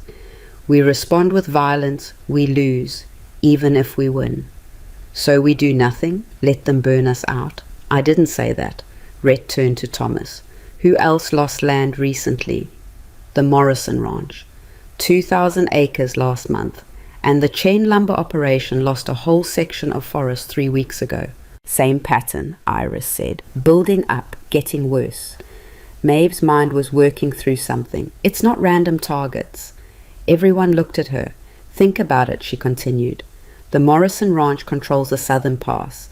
Chen's lumber operation supplies half the territory. Our timber protects the northern water sources. Whoever's doing this isn't just destroying property. They're targeting strategic resources. Rhett's eyes sharpened. Someone's trying to control the territory. Or clear it, Maeve said. Remove the people who have power. Create chaos. Then buy up land cheap when everyone's desperate. Gideon stared at her, like she'd grown a second head. How do you know this? I don't, but it's what I'd do if I wanted to take over. She looked at Rhett. Who benefits if all of us fail? Railroad companies, Thomas said. They've been trying to buy rights through here for years. Mining operations, Iris added. They want the water and the land. Politicians, Rhett said quietly. Always politicians. So we have a dozen possible enemies and no proof, Gideon said. Perfect. Then we get proof. Maeve moved to the table, grabbing paper and a pen. We document everything, every fire, every poisoning, every attack. We find the pattern. We find who's behind it. And then... She stopped, looking at Rhett. And then we offer them a deal, Rhett finished. Gideon laughed, sharp and bitter. A deal? Someone just burned 3,000 acres of our land and you want to negotiate? I want to win, Rhett said. Fighting makes us both lose. But if we can prove who's behind this, we can force them to the table. Make them choose between negotiation and exposure. That's insane. Maybe, Rhett looked at Maeve. But it might work. Over the next 2 weeks, Maeve barely slept. She rode to every ranch that had been attacked, talked to every owner, documented every detail. The Morrison Ranch, the Chen operation, the Patterson water sources, a dozen smaller properties. She filled notebook after notebook with dates, times, methods, damages. Patterns emerged. The attacks always happened on moonless nights. They always targeted resources, never people directly. They always left just enough evidence to point at rival ranches, but never enough to prove anything. It's careful, Maeve told Rhett one night in the library. Maps and notes spread across the desk. Too careful. This isn't random violence, it's planned. By who? I don't know yet, but look. She traced a line on the map. Every attack happens along this corridor. The railroad's proposed route through the territory. Rhett leaned over the map. You think the railroad's behind this? Or someone who wants the railroad to come through? Maeve tapped the map. If all the current landowners are bankrupt and desperate, someone could buy up the whole corridor for nothing, then sell it to the railroad for millions. That's conspiracy. That's business. Maeve looked up at him. The question is, who has enough money to buy that much land? They found the answer 3 days later in a Helena newspaper. A holding company called Frontier Development had been quietly purchasing distressed properties across Montana. The owner was listed as a shell corporation. But the lawyer handling the deals was someone they recognized, Richard Montgomery, the territory's most connected politician, the man who'd been at Dorothy Patterson's dinner, smiling and making promises. It's him, Maeve said, staring at the newspaper. We don't know that for sure, Rhett said, but his voice was tight. Who else? He has the connections, the money, the motivation, and he's been pushing the railroad deal for 2 years. She looked up. He's destroying us so he can buy our land and sell it for profit. If we accuse him without proof, then we find proof. How? Maeve thought for a moment. He has to be keeping records, bills, receipts, communications with whoever he hired to start the fires. We need to find those records. You want to break into a politician's office? I want to save our ranch. Breaking into an office is just a step. Rhett stared at her. You're serious? Completely. That's illegal. So is arson and poisoning cattle. Should we worry about his feelings? Something that might have been admiration crossed Rhett's face. You're terrifying. You chose me. Too late to complain now. They spent the next week planning. Montgomery kept an office in Helena above a bank. He was there every Tuesday and Thursday. Security was minimal, a single guard who left at 6.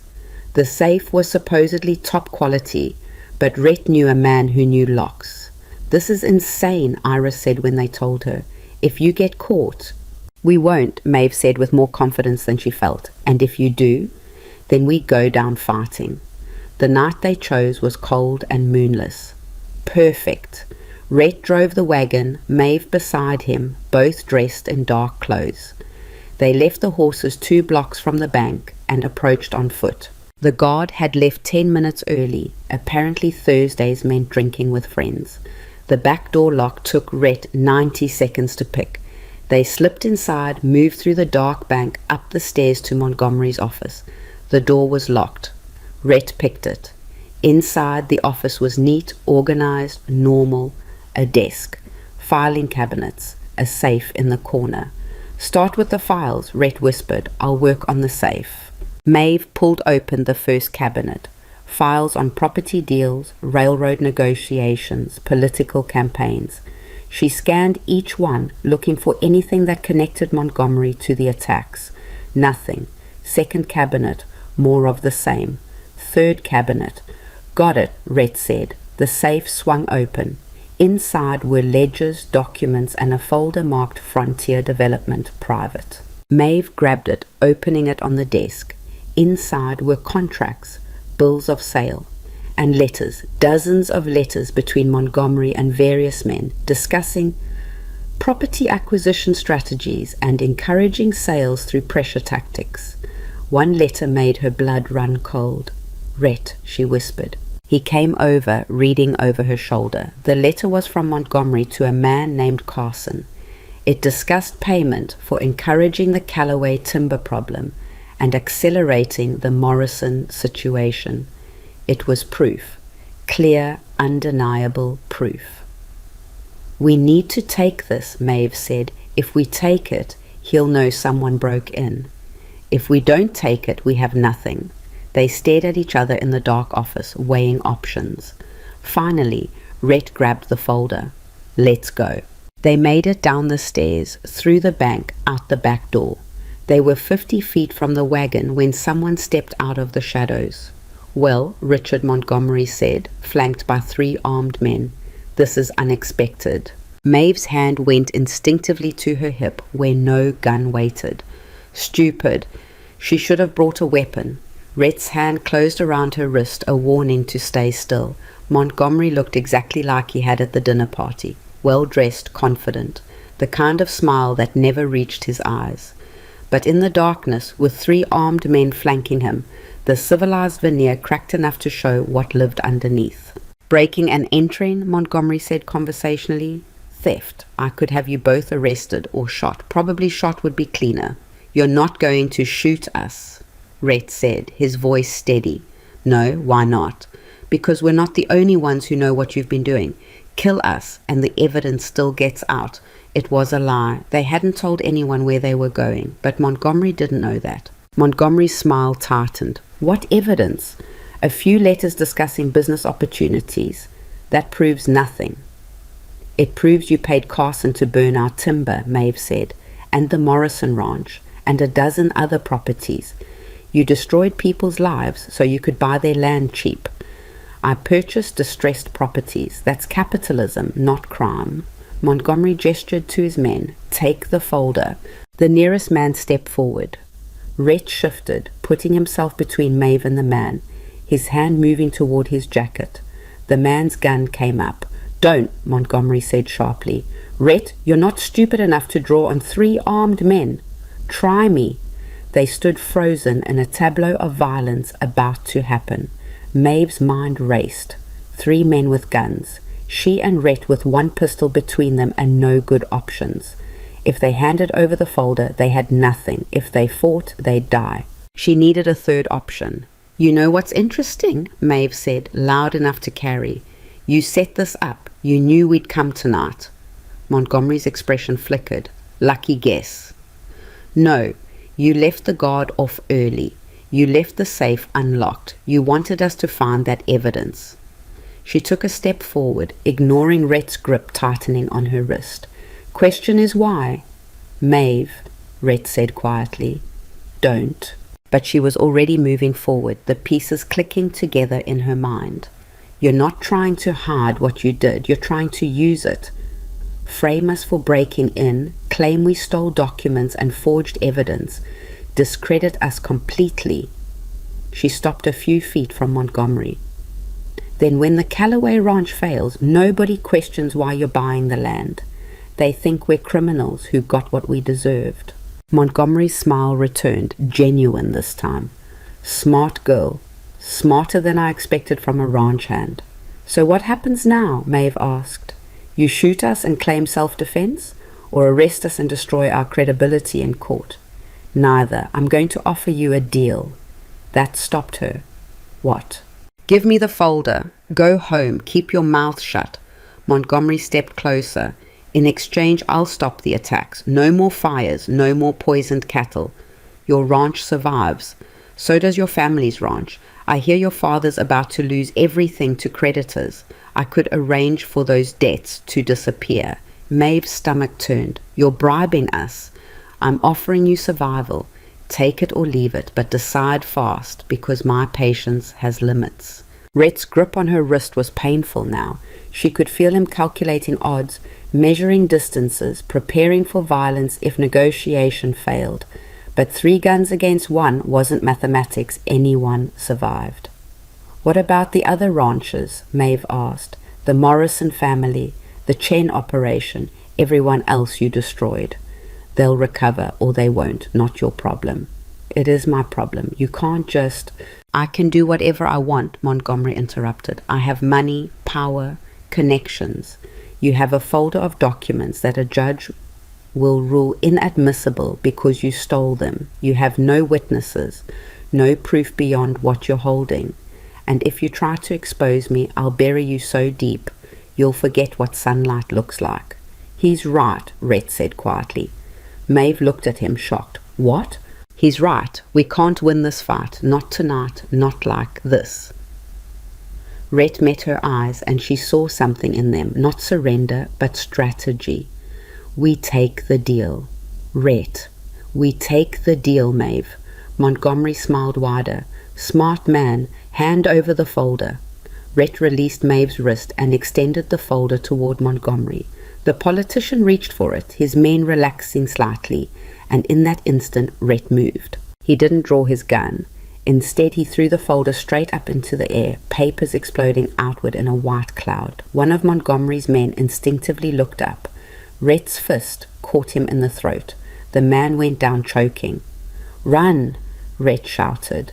Maeve ran. Gunshots cracked behind her, impossibly loud in the narrow street. She didn't look back. Her feet pounded the dirt, her breath coming in gasps, her dress catching on her boots. She heard more shots, shouting, Rhett's voice yelling something she couldn't make out. She rounded a corner and slammed directly into someone. Arms caught her. She struck out, wild, terrified. Easy, it's me. Iris. Iris was there, holding a shotgun, with 3 ranch hands behind her. What are you doing here? Maeve gasped. Saving your ass. Where's Rhett? More gunshots answered. They ran back together, Iris raising the shotgun. They rounded the corner to see Rhett backed against a wall, gun drawn, facing Montgomery and his remaining 2 men. Papers littered the street like snow. Blood stained Rhett's shoulder. Drop it, Iris shouted, cocking the shotgun. Montgomery's men turned, saw Iris and 3 armed ranch hands, slowly lowered their weapons. This isn't over, Montgomery said, but his voice had lost its certainty. Yeah, it is, Iris said, because while you were playing villain, I was picking up every piece of paper your boys just scattered everywhere. And I'm betting Helena's newspaper would love to see letters discussing arson for profit. Montgomery's face went white. You wouldn't dare. Watch me. Iris gestured with the shotgun. Now walk away, all of you. before I decide Montana doesn't need another corrupt politician. They walked. Montgomery last, his eyes promising murder, but walking nonetheless. His men helped the one Rhett had hit, half carrying him down the street until darkness swallowed them. The moment they were gone, Rhett's knees buckled. Maeve caught him. "You're shot," she said, seeing blood spreading across his shoulder. "Just grazed. I'm fine." "You're bleeding everywhere. That's not fine." "I've had worse." But his face had gone grey. They got him to the wagon. Iris drove, while Maeve pressed cloth against Rhett's shoulder, trying to stop the bleeding. The ranch hands rode behind, rifles ready in case Montgomery changed his mind about retreating. "How did you know?" Maeve asked Iris. "Because I'm not stupid. You two planning something this reckless?" I followed. Iris glanced back. "Good thing too. Another 30 seconds and you'd both be dead." "We had it under control," Rhett muttered. "You got shot. Just grazed." "Keep telling yourself that." They made it back to the Callaway Ranch just before dawn. The house erupted in chaos. Gideon shouting demands, Mrs. Chen running for bandages, servants appearing from everywhere. They got Rhett upstairs onto his bed while someone ran for the doctor. Maeve stood in the hallway, suddenly aware she was shaking. Her dress was covered in blood, Rhett's blood, and her hands wouldn't stop trembling. She'd almost died. They'd almost died, and they still didn't know if they'd won anything or just made everything worse. "Miss Maeve?" She looked up. Mrs. Chen stood there, her usual disapproval replaced by something that might have been concern. "You should clean up," Mrs. Chen said. "Change clothes before the doctor sees you like this." "I'm fine." "You're covered in blood and shaking. That's not fine." Mrs. Chen gestured toward Maeve's room. "Go. I'll stay with Mr. Rhett." Maeve wanted to argue, but didn't have the strength. She walked to her room on autopilot, closed the door, and sat on the floor with her back against it. The adrenaline was draining, leaving exhaustion so profound she could barely think. They'd broken into a politician's office, stolen documents, been caught, nearly killed, and the only reason they were alive was because Iris had followed them and saved their lives. She'd almost gotten Rhett killed. The thought made something crack inside her chest. She pulled her knees up, pressed her forehead against them, and tried to breathe through the panic clawing up her throat. A knock at the door made her jump. "Maeve?" Iris's voice. "You alive in there?" Maeve stood, opened the door. Iris took one look at her face and pushed past her into the room. "Sit," Iris ordered. "I'm fine." "Sit down before you fall down." Maeve sat on the bed. Iris poured water from the pitcher, handed her a glass, waited until she drank it. "Rhett's going to be okay," Iris said. "The bullet went clean through. Doctor says he'll be sore for a few weeks, but nothing permanent." Relief made Maeve's vision blur. "He shouldn't have protected me. He should have just handed over the folder." "And then what? Montgomery wins and we all lose?" Iris shook her head. "Rhett made the right call. Messy, but right. We don't even have the evidence anymore. It's scattered all over Helena. About that." Iris pulled a folded paper from her jacket. "I didn't get everything, but I got the important letters, the ones directly connecting Montgomery to the fires. It's enough." Maeve stared at the paper. "You saved the evidence." "I saved your asses and the evidence." Multitasking. Iris grinned, but it didn't reach her eyes. "Question is what we do with it now." "What do you mean?" "We publish it and Montgomery goes to prison, but he's got friends, powerful friends. They'll come after us legally, financially, every way they can. We win the battle, but might lose the war." Iris sat next to her. "Or we use it as leverage. Force Montgomery to stop the attacks and leave the territory. We don't get justice, but we get peace." "That's not a choice. That's surrender. That's survival. There's a difference." Maeve thought about the burned timber, the poisoned cattle, the families Montgomery had destroyed pursuing profit. She thought about Dorothy Patterson's dinner party and the society wives who'd mocked her. She thought about the entire system designed to keep people like her powerless, while people like Montgomery did whatever they wanted. "We publish it," Maeve said. "You sure? Because there's no going back." "I'm sure. Let him come after us. At least everyone will know the truth." Iris nodded slowly. All right, I'll take it to the Helena newspaper tomorrow. They'll run it within a week. She left, taking the evidence with her. Maeve sat alone in her room as dawn light crept through the windows, thinking about consequences and choices and the war that was definitely coming now. The doctor left around noon, declaring Rhett would survive but needed rest. Gideon locked himself in his study and didn't emerge. The ranch hands whispered in corners, and somewhere in Helena, Richard Montgomery was probably planning his revenge. Maeve changed clothes and went to Rhett's room. She knocked quietly. "Come in," his voice called, sounding tired. He was propped up in bed, his shoulder bandaged, his face still too pale, but his eyes were clear. "You look terrible," Maeve said. "So do you." He shifted, wincing. "Iris told me about the evidence, about publishing it. You think I'm wrong?" "I think you're brave. Or insane. Possibly both." He gestured to the chair beside the bed. "Sit," she sat. "Montgomery's going to come after us," Rhett said. "Not with guns, with lawyers and politicians and judges he owns.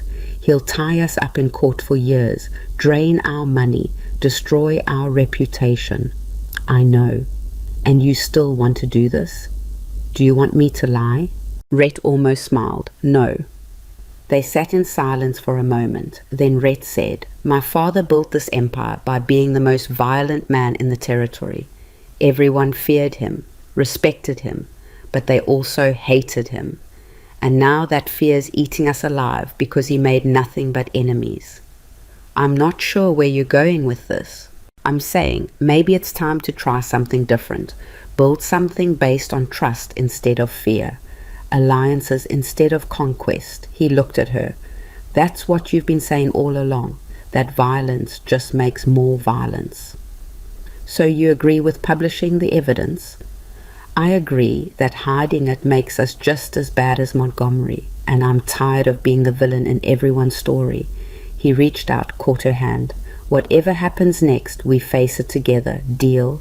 His hand was warm, calloused from work, steady despite everything. Maeve squeezed back. "Deal," she said.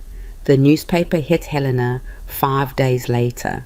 The headline read, "Territory Politician Exposed in Arson for Profit Scheme," with Montgomery's letters printed below. The story spread like the fires he'd started. Everyone talking, speculating, demanding answers. By that afternoon, the territorial governor had launched an investigation. By evening, 3 of Montgomery's business partners had publicly denounced him.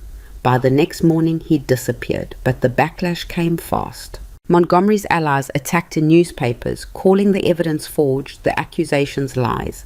The Callaways desperate criminals trying to deflect from their own corruption. Lawyers filed lawsuits. Politicians demanded investigations into the Callaways' business practices. Society wives closed ranks, refusing invitations, spreading rumors. Dorothy Patterson sent a letter declaring Maeve was no longer welcome at any social function. The Territorial Women's Society formally expelled her from membership she'd never wanted. Even Franklin Patterson, their supposed ally, publicly distanced himself, saying he needed to remain neutral pending investigation. Within a week, the Callaways were pariahs. "I told you this would happen," Gideon said at dinner one night, slamming down his fork.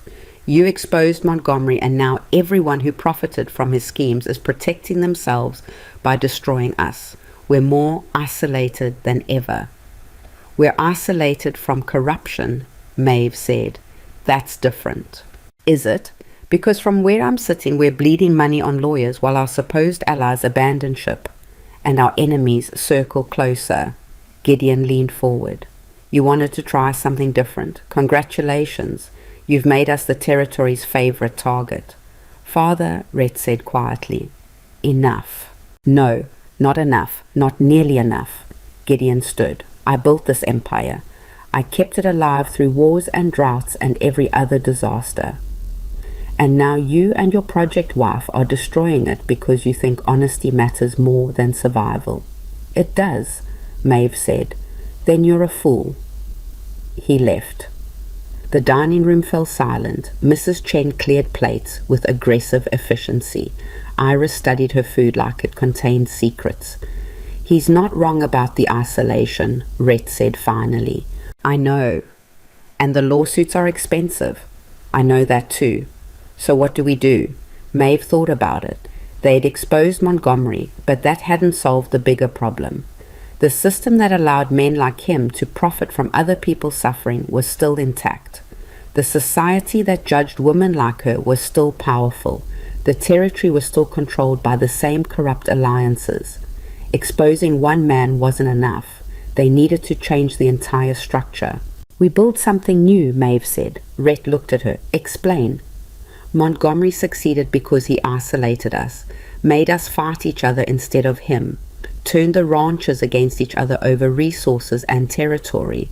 She leaned forward. "So we do the opposite. We unite them." "Unite who?" "Everyone Montgomery hurt. The Morrison Ranch, the Chen operation, every small rancher who lost cattle or land or livelihood to his schemes. We bring them together, form an alliance." Maeve's mind was racing now, pieces clicking together. Not based on fear or control, based on mutual protection and shared profit. We pool resources, share water rights, protect each other's land. Make it so expensive to attack one of us that attackers have to face all of us. Iris whistled low. "That's ambitious." "That's insane," Rhett said, but his eyes had sharpened with interest. "Ranchers hate each other. They've been fighting over resources for decades. You think they'll suddenly cooperate?" "They will if the alternative is losing everything." Maeve stood, pacing now. Montgomery proved the territory's vulnerable. One man with enough money and connections almost destroyed all of us. What happens when the next Montgomery comes along? Or the railroad companies? Or the mining corporations? Isolated, we're easy targets. Together, we're something they can't break. Rhett was silent, thinking. Finally, he said, "We'd need to convince people this isn't just a Callaway power grab. So we make sure it isn't. Equal partnership, equal profit, equal say in decisions."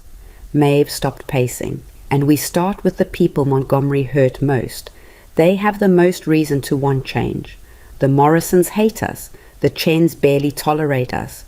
Then we give them something they want more than revenge. We give them survival." Iris stood. "I'm in." They both looked at her. "They?" "What?" Iris said. "Someone needs to help you two not screw this up. Might as well be me." She headed toward the door. "I'll start making lists. Figure out who's desperate enough to listen. But Maeve?" "Yeah?" "This works or we're all ruined. No pressure." She left. Maeve and Rhett looked at each other across the table. "You really think this can work?" Rhett asked. "I think we're dead if we don't try." He nodded slowly. "Then we try." They spent the next week planning. Iris compiled lists of every ranch. Hurt by Montgomery's schemes. Rhett calculated numbers, water rights, grazing territories, resource distribution. Maeve drafted proposals, trying to find language that balanced cooperation with independence. The first meeting was with Daniel Morrison. His ranch had lost 2,000 acres to fire and 20 head of cattle to poisoning. His family had been in Montana for 40 years. And he hated the Callaways with a passion that bordered on legendary. They met on neutral ground, a tavern in a small town halfway between their properties. Morrison arrived with 2 sons, both armed. He sat across from Maeve and Rhett with arms crossed and fury in his eyes. "Give me one reason I shouldn't shoot you both," he said by way of greeting. "Because we can help each other survive," Maeve said. "I don't need your help. I need your father to give back the land he stole from my father 20 years ago." Maeve had known this would come up. "We can't undo the past, but we can change the future." "With what? Pretty words?" Morrison spat on the floor. "Your family built an empire on other people's suffering. Now you want me to trust you?" "No," Maeve said. "I want you to trust that we're all targets now. Montgomery proved it. He destroyed your ranch same as ours. And when the next powerful man decides he wants this territory, he'll do the same thing. Unless we're ready." "So you want me to join your alliance?" Become a Callaway vassal. I want you to be a partner. Equal say, equal profit, equal protection. Maeve slid the proposal across the table. Read it. If you don't like the terms, walk away. But if you stay isolated, you'll lose everything. And this time there won't be anyone to blame but yourself. Morrison grabbed the paper, scanning it with suspicion that gradually shifted to surprise. His sons leaned in, reading over his shoulder. This gives us equal water access, one son said. And shared grazing rights, the other added. It's a trap, Morrison said. But his voice had lost its certainty. It's survival, Rhett said. We all pool resources, protect each other's land, share profits from combined sales. Nobody controls everything. Everyone benefits. Morrison looked at them for a long time. Finally he said, I'll think about it. Fair enough, Maeve said.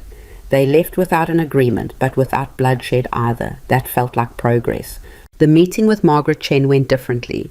She listened to the proposal in cold silence, then said, This is interesting, but I need guarantees. What kind? Rhett asked. Written contracts, legal protection, and 20% of the first year's profit upfront as proof you're serious. 20% is, Rhett started. 20% or nothing, Margaret said flatly. Your family destroyed enough of my operation that I'm not taking your word for anything. Maeve and Rhett exchanged glances. 20% would hurt, but Chen's lumber operation was crucial to the alliance working. Deal, Maeve said. Over the next month, they met with 15 ranchers. Some walked away immediately, some listened but refused, but 5 agreed to join. 5 families who'd lost land, cattle, livelihood to Montgomery's schemes. 5 operations that saw the writing on the wall and chose cooperation over destruction. It wasn't enough. They needed more support, more resources, more credibility. But it was a start. The real test came when someone burned the Morrison North pasture again. Maeve got word at dawn. Riders bringing news that fire had destroyed another section of Morrison land overnight. She found Rhett immediately. This is our test, she said. If we don't respond, the alliance is meaningless. What do you want to do? Help them rebuild. Send workers. Share resources.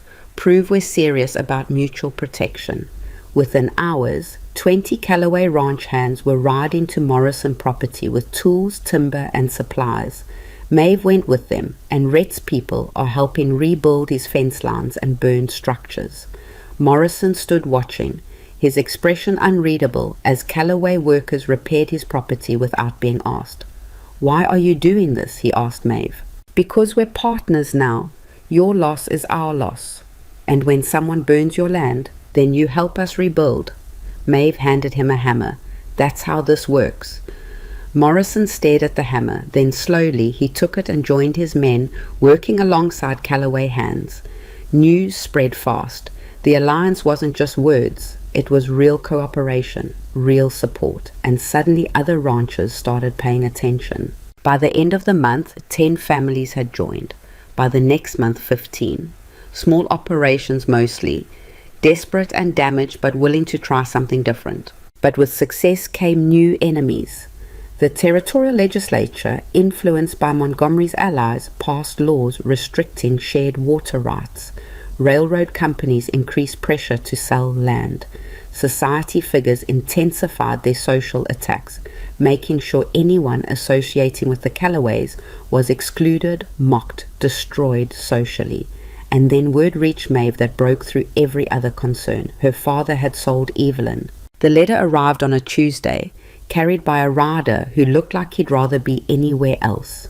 Maeve opened it standing in the main hall, still covered in dust from helping repair Morrison's fences. The words blurred together at first, then sharpened into something that made her stomach drop. Her father had married Evelyn off to a man named Charles Whitmore, 53 years old, owned silver mines in the Northern Territory. 3 dead wives already, all under mysterious circumstances, and Samuel Voss had sold his daughter to this man for enough money to save Hollow Creek Ranch and keep himself in whiskey for another decade. Maeve read it twice, then crumpled the paper in her fist. "What is it?" Rhett asked, coming down the stairs. She handed him the letter without speaking, watched his face darken as he read. "When?" he asked. 2 weeks ago. They're living in his estate near Glacier Falls." Maeve's voice came out flat, dead. "My mother wrote this. Said I should be happy for Evelyn. Said it's a good match." "A good match." Rhett's jaw tightened. "The man's a killer. The man's rich. That's all that matters to them." Maeve walked to the window, staring out at nothing. "I escaped. I rode away and left her in that house and told myself I'd help her later. And now, this isn't your fault, isn't it?" She turned to face him. "I made you promise to help her. You agreed. And we got so caught up in range wars and alliances and Montgomery that we forgot about the girl still trapped in the cage." Rhett was quiet for a moment. "What do you want to do?" "I want to get her out." "How?" "I don't know yet, but I'm not leaving her there." Maeve grabbed her coat from the hook. "I'm riding to Glacier Falls." "Now? It's a 4-day ride." "Then I better leave now." "Maeve, wait." Rhett caught her arm. "You can't just ride up to a man's estate and demand he release his wife. Whitmore has money and guards and legal right. If you go in alone, you'll end up dead or arrested." "So what do you suggest? We just leave her?" "No, we plan, we strategize, we find a way that doesn't get you killed." He released her arm. "Give me 1 day. Let me think through this properly." Everything in Maeve wanted to refuse, to ride out immediately, to do something instead of standing here talking. But Rhett was right. Charging in blind would just make everything worse. 1 day, she said. Then I'm leaving with or without a plan. That night they gathered in the library, Maeve, Rhett, Iris, and surprisingly Gideon. The old man sat in the corner, saying nothing, but listening with sharp attention. "Whitmore's estate is a fortress," Rhett said, spreading a map on the desk. "High walls, armed guards, isolated location. We can't fight our way in." "So we don't fight," Iris said. "We negotiate." "With what leverage?" Maeve asked. "He bought her legally. He has every right to keep her." "Legal doesn't mean right." Iris tapped the map. "Whitmore's mines operate on questionable permits. I heard rumors he's been bribing inspectors to overlook safety violations. If we can prove that—" "We don't have time for investigations," Maeve interrupted. "Evelyn's there now. Every day we wait is another day she's trapped with a man who killed his last 3 wives." Silence fell over the room. Maeve knew she sounded desperate, irrational even. But the image of Evelyn, beautiful, fragile Evelyn, who'd never hurt anyone, locked in some estate with a monster, kept burning through her mind. "There's another option," Gideon said suddenly. Everyone turned to him. "Money," Gideon continued. "Whitmore's rich, but everyone has a price. We buy Evelyn's freedom." "With what?" Rhett asked. "We've spent everything on lawyers and rebuilding after Montgomery's attacks." "Not everything." Gideon stood, walking to the desk. "I've been saving something, emergency funds, enough to make Whitmore an offer he'd consider." Maeve stared at him. "Why would you help?" "Because I'm not completely heartless, contrary to popular belief." Gideon met her eyes. "And because you were right about building alliances instead of enemies, about trying something different. Maybe it's time I started listening to that." He paused. "Besides, your sister's innocent in all this. She deserves better than being sold like cattle." Something shifted in Maeve's chest. Not trust. Trust would take years, but maybe the beginning of respect. "How much are we talking about?" Rhett asked. 50,000. It's what I have liquid. Enough to make Whitmore think twice about refusing. 50,000. A fortune. Possibly more than Whitmore had paid Samuel Voss in the first place. But would it be enough? "We'll need leverage too," Iris said. "Money plus threat. Show him we can destroy his reputation if he refuses."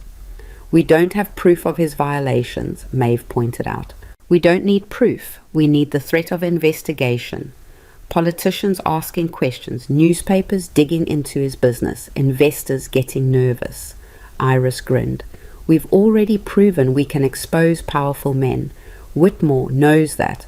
The threat alone might be enough. They planned through the night. By dawn, they had a strategy that was half negotiation, half bluff, and entirely desperate. But it was something. Maeve, Rhett, and Iris rode out that morning with $50,000 in a locked case and a folder of documents suggesting connections to territorial investigators they didn't actually have. Gideon stayed behind to manage the ranch and maintain the alliance. As they left, he caught Maeve's arm. "Bring her home," he said quietly. "Your sister, she's family now too." Maeve nodded, too surprised to speak. The ride to Glacier Falls took 3.5 days of hard travel. They pushed the horses, rotated rest, and barely slept. Maeve's mind churned through worst-case scenarios the entire way. What if they arrived too late? What if Whitmore refused? What if Evelyn didn't want to leave? That last thought was the worst. What if her sister had accepted this marriage, adapted to it, and saw Maeve's rescue attempt as interference rather than salvation? They reached the Whitmore estate at dusk. It sat on a hill overlooking the valley, exactly as imposing as Rhett had described. Stone walls, guard towers, gates that looked designed to repel small armies. "Last chance to reconsider this plan," Iris said. "No reconsidering," Maeve said. "We're doing this." They rode up to the main gate. A guard stepped out, rifle ready. "State your business." "We're here to see Charles Whitmore," Rhett said. "Tell him Rhett Calloway wants to discuss a business proposition." The guard disappeared inside. They waited 15 minutes before the gates opened. Another guard led them through the compound to the main house. Massive, expensive, and somehow deeply wrong. Too quiet. Too perfect, like a mausoleum. A butler met them at the door, took their weapons with apologetic efficiency, and led them to a sitting room where Charles Whitmore waited. He was exactly as Maeve had imagined, and somehow worse. Well-dressed, refined, with cold eyes that assessed them like livestock at auction. He smiled when they entered, but it never touched those eyes. "Rhett Calloway," Whitmore said, "and guests. What brings you to my home?" "Business," Rhett said. "We won't waste your time. We're here about your wife." Whitmore's smile didn't waver. "Evelyn, what about her?" "We want to buy her freedom," Maeve said bluntly. The smile finally faded. "Excuse me? Her marriage to you was a transaction. Her father sold her to clear debts. We're offering to pay you more than you paid him, plus compensation for inconvenience in exchange for an annulment." Whitmore studied Maeve like she was something fascinating and dangerous. "And you are?" "Her sister, Maeve Calloway."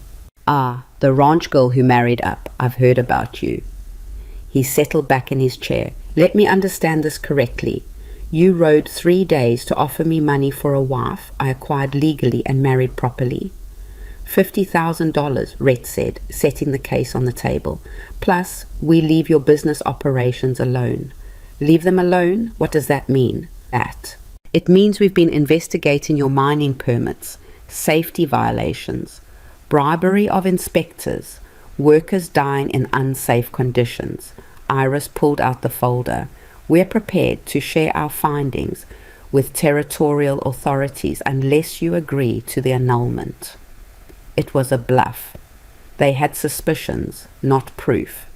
But Whitmore didn't know that. His expression hardened. "That sounds like blackmail." "That sounds like business," Rhett countered. "You acquired a wife through financial transaction. We're offering a better transaction. Take the money, sign the papers, everyone walks away happy. And if I refuse, then we go public with everything we know. Your reputation collapses, investors pull out, authorities investigate, and you still end up losing her in the end, just without the 50,000 to soften the blow."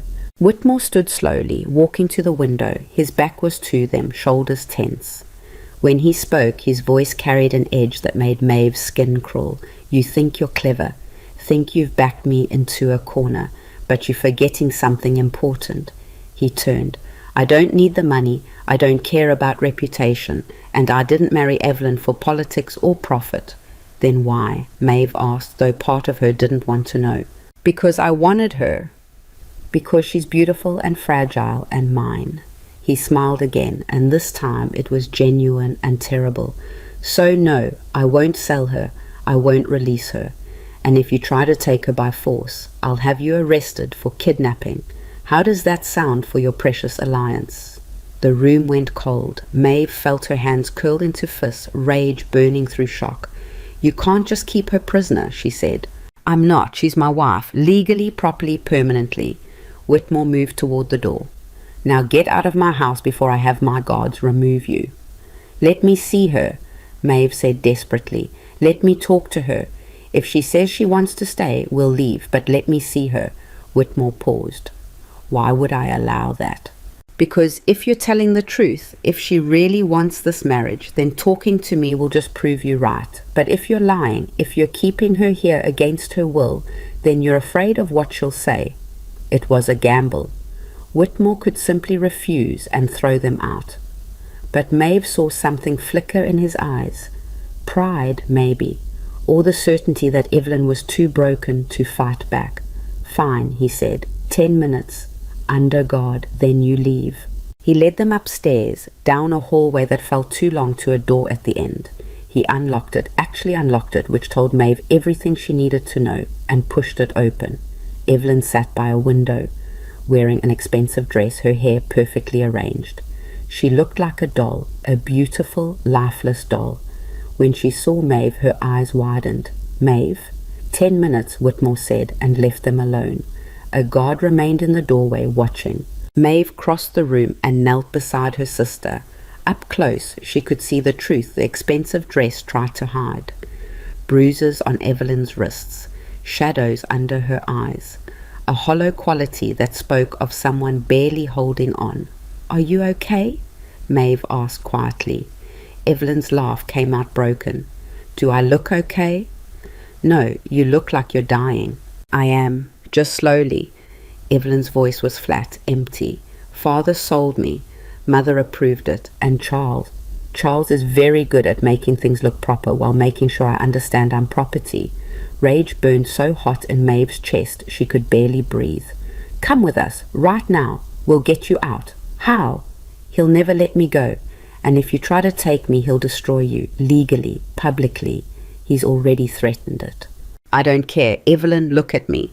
Maeve grabbed her sister's hands. I left you once. I rode away and told myself I'd help you later. That was wrong.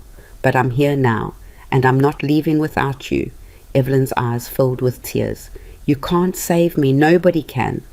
Watch me. Maeve stood, looking at the guard. We need a few more minutes. Time's almost up, the guard said. Then you better start counting slow. Maeve turned back to Evelyn, her mind racing. They couldn't fight their way out, couldn't buy her freedom, couldn't rely on law or justice or anything civilized, which left exactly one option. When I was 9, Maeve said quietly, you told Mother I stole her silver hairpin. I got beaten for it. Turned out you'd lost it and blamed me because you knew nobody would believe me over you. Evelyn flinched. Maeve. When I was 14, I asked if I could go to the town dance.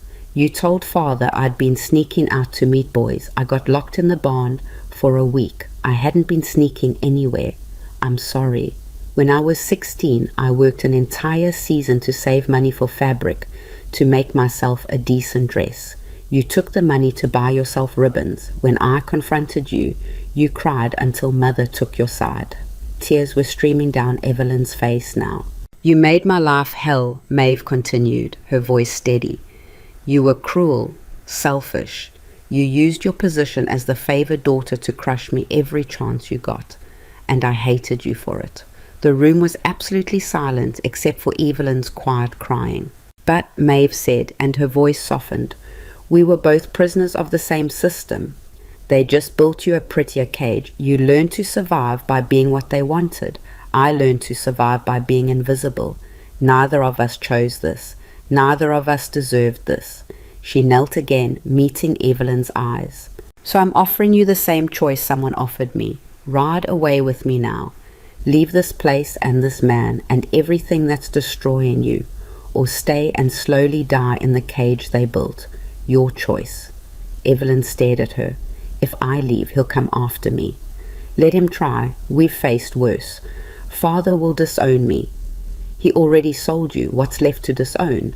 Society will, Society can burn. Maeve squeezed her sister's hands. The only question that matters is, do you want to live? Evelyn was quiet for a long moment. Then she stood, wiped her eyes, and said in a voice that shook but held, "Yes." "Then let's go." The guard stepped forward. "Your time's up. The lady stays." "The lady's coming with us," Maeve said, "not without Mr. Whitmore's permission." "Then go get him. We'll wait." The guard hesitated, then stepped into the hallway to call for Whitmore. The moment he was distracted, Rhett moved. He swept the guard's legs out from under him, caught his rifle before it hit the ground, and had him disarmed in 3 seconds. "Run," Rhett said. They ran. Down the hallway, Maeve pulling Evelyn, Iris running ahead, Rhett covering their backs. Shouts erupted behind them. They hit the stairs and nearly fell down them, scrambling for the front door.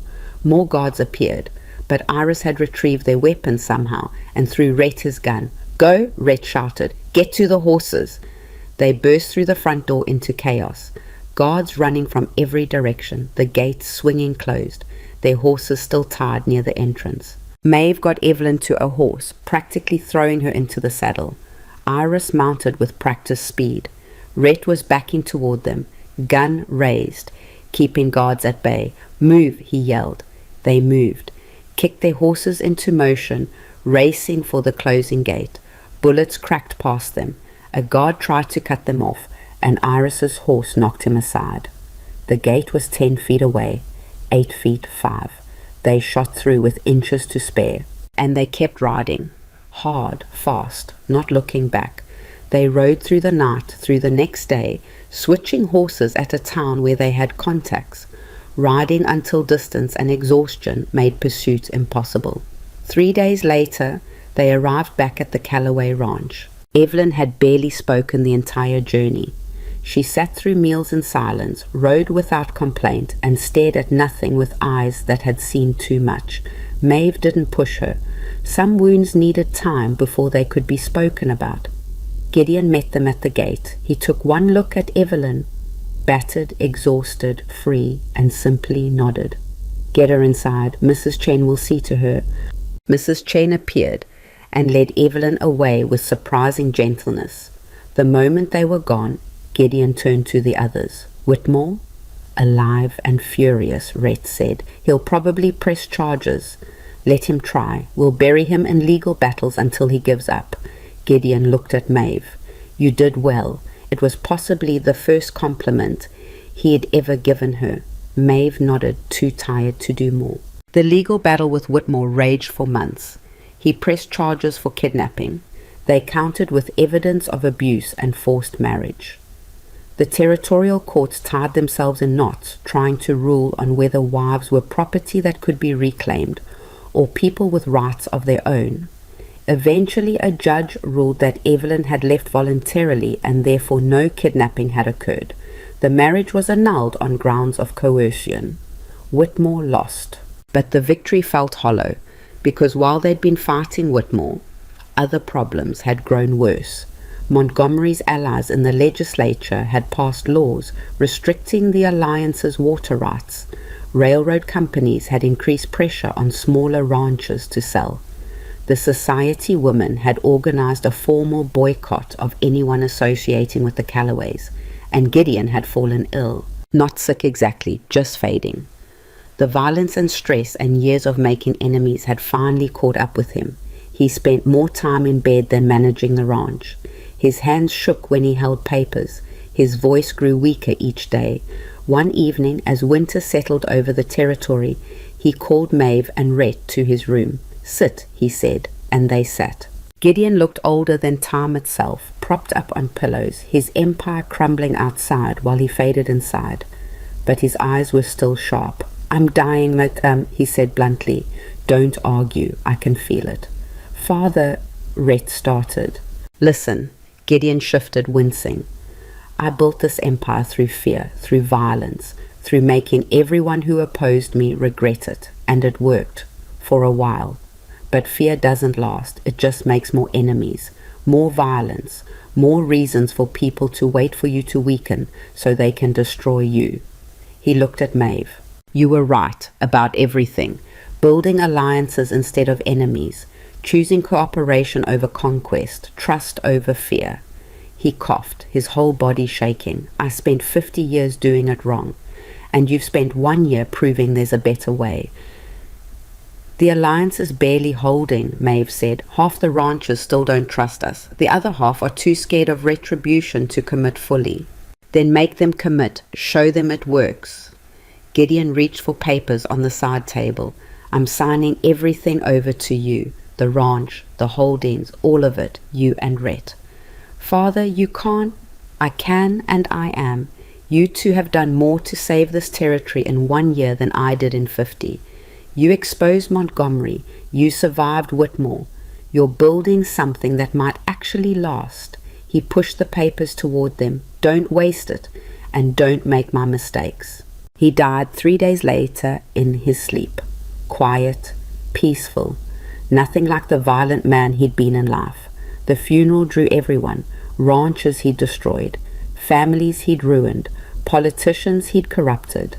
They came to make sure he was really dead, to celebrate, to mourn, or just to mark the end of an era. Maeve stood beside Rhett as they lowered Gideon Calloway into Montana, ground and thought about power, about how violence could build empires but not sustain them, about how fear made everyone into enemies waiting for their chance at revenge. After the funeral, the alliance gathered at the Calloway Ranch, 15 families now, with 3 more considering joining. They sat in the main hall and talked about the future.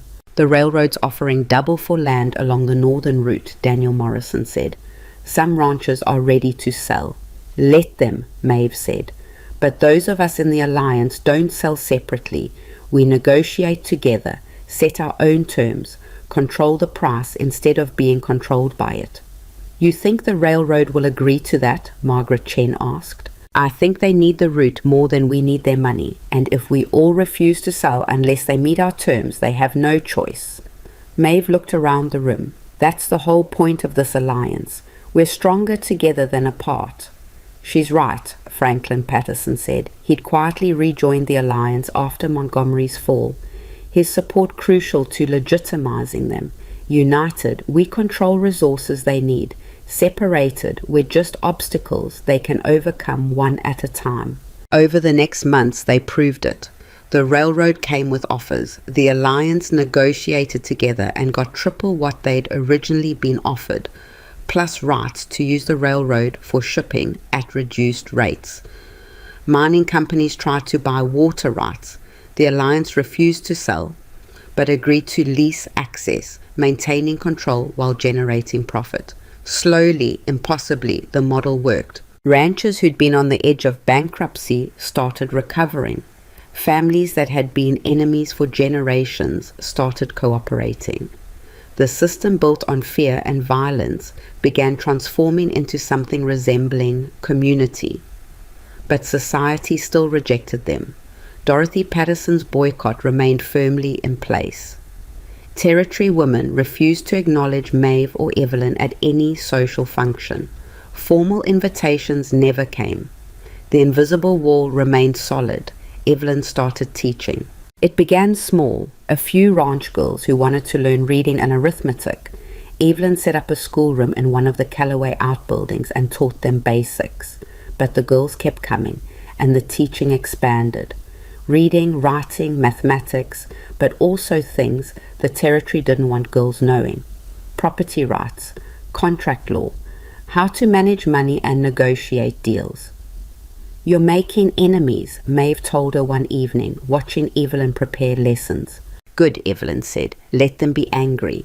These girls deserve to know they're worth more than marriage prospects and social approval. Maeve smiled. Her sister had stopped being fragile. Something hard had grown in place of the delicate doll their parents had created. Something that had survived Whitmore and came out stronger for it. I'm proud of you, Maeve said. Evelyn looked up, surprised. You are? Yeah. You could have hidden after what happened. Instead, you're teaching girls to be dangerous. That takes courage. Evelyn was quiet for a moment. "I spent my whole life being what other people wanted. Perfect, beautiful, obedient. It almost killed me." She set down her papers. "If I can help these girls avoid that trap, maybe everything I survived was worth it." The school grew. More girls came, then boys, then adults who'd never learned reading. Within a year, Evelyn's school had become a fixture of the territory, teaching people who the formal system had decided weren't worth educating. And slowly, grudgingly, society began changing its mind about the Calloway family. It started small, one ranch wife attending a school function, then another. Then invitations began arriving again, cautious, limited, but present. Dorothy Patterson never apologized, never acknowledged she'd been wrong. But when her own granddaughter started attending Evelyn's school, the message was clear. The outcasts were becoming respectable. Years passed. The alliance expanded to 25 families, then 30. The cooperative model spread to other territories. Politicians who'd opposed them started supporting them when they realized the alliance represented too many voters to ignore. The railroad and mining companies negotiated instead of fighting because fighting costs more than cooperating. Violence didn't disappear. There were still conflicts, still problems, still people who chose fear over trust. But the direction had changed. The territory was building instead of destroying, growing instead of consuming itself. One autumn evening, 5 years after Maeve had ridden away from Hollow Creek Ranch, she stood on the porch of the Calloway house, her house now, looking out at the valley. The leaves had turned gold, the air carried the smell of harvest, and somewhere in the distance she could hear music from the celebration happening in town. The Alliance's anniversary, marking 5 years of survival against every prediction of failure. Rhett joined her, 2 glasses of whiskey in hand. He'd aged well, more grey in his hair, lines around his eyes, but the hardness had softened into something closer to contentment. "You thinking about the beginning?" he asked, handing her a glass. "Thinking about how insane we were?" She took a sip, breaking into Montgomery's office, kidnapping Evelyn, challenging the entire territory's power structure. "We should have died a dozen times, but we didn't." "No, we didn't." Maeve looked at him. "Do you regret it? Choosing me instead of the sensible option?" Rhett smiled. "Every day. You're stubborn, reckless, and cause me constant stress. That's not a no. That's not a no." He set down his glass. "You also saved everything. The ranch, the alliance. Me, probably. My father realized it before he died. You prove violence isn't the only way to build something lasting." Maeve thought about Gideon, about Montgomery, about Whitmore and Dorothy Patterson, and every person who tried to destroy her because she represented change they feared, about her own father who'd sold both his daughters and never realized they were worth more than whatever price he got. "It's not perfect," she said. "The alliance still fights internally. Society still judges us. The territory still has problems. Nothing's perfect, but it's better. That counts for something." They stood in comfortable silence, watching the last light fade from the valley. In the distance, Maeve could see Evelyn's school, lights blazing from windows full of students, learning they were worth more than what the world told them. Could see the Morrison Ranch, rebuilt and thriving. Could see the cooperative warehouses where Alliance members stored goods for better shipping prices. Could see the beginning of something that might actually last. Iris appeared in the doorway. "You two planning to join the celebration, or just stand here looking profound?" "We can do both," Maeve said. They walked down to town together, where music played and people danced and former enemies shared drinks and told stories. Daniel Morrison was teaching his granddaughter to manage accounts. Margaret Chen was negotiating a timber contract with 3 Alliance members. Franklin Patterson was arguing politics with someone who would have been shooting at him 5 years ago. It wasn't paradise. It was messy, complicated, full of people who still held grudges and made mistakes. But it was alive, growing, building, Maeve danced with Rhett, laughed with Iris, spent an hour listening to Evelyn's students recite poetry they'd written. She was surrounded by people who'd once hated her, feared her, or wanted her to fail. Now they were partners, not all of them, not perfectly, but enough. Late that night, riding back to the ranch, Maeve thought about the girl she'd been 5 years ago. Bleeding hands, broken fence posts, invisible and worthless, fixing a dying ranch, while everyone else gave up. That girl had made an impossible choice, had said yes to danger instead of safety, to fighting instead of hiding, to mattering instead of disappearing. Everyone had called her the wrong daughter, the one nobody wanted, the mistake. But they'd been looking at it wrong the whole time. She wasn't the wrong daughter. She was the one who refused to accept that wrong was all they could be, the one who broke the cages instead of decorating them, the one who proved that strength wasn't about who could inflict the most damage, but who could survive, adapt, and build something better from the ruins. The Montana frontier had been built on violence for generations. Men like Gideon Calloway had conquered it through fear and blood. Everyone assumed that was the only way. Maeve had proven them wrong, not by being softer or weaker or more refined, but by being harder in a different way. Hard enough to break systems instead of people. Hard enough to choose cooperation even when violence seemed easier. Hard enough to survive every attempt to destroy her and still extend her hand to help others up. As they reached the ranch house, the moon rising over the mountains, Maeve looked at the land she and Rhett had transformed. The empire her father-in-law had built through fear, that she and Rhett were rebuilding through trust. It wasn't finished. It might never be finished, but it was possible, and possibility was enough. She dismounted, handed her horse to the stable hand, and walked toward the house. Tomorrow would bring new problems, always did. The railroad would push back against some policy. A rancher would threaten to leave the alliance over a dispute. Society would find new ways to judge them. Life didn't stop being complicated just because you'd survived the worst parts. But tonight she was Maeve Calloway, the ranch girl who'd become a legend, not for violence or beauty or refined manners, but for raw, stubborn courage. The woman who'd faced down corrupt politicians, dangerous men, and an entire system designed to break people like her, and refused to break. The woman who proved that sometimes the daughter nobody chose was exactly the daughter everyone needed. She walked inside, closed the door on the Montana night, and started preparing for tomorrow's fights. Because that's what survivors did. They kept fighting, kept building, kept proving that better was possible even when everyone said it wasn't. The frontier had been waiting for someone like her all along. It just hadn't known it yet.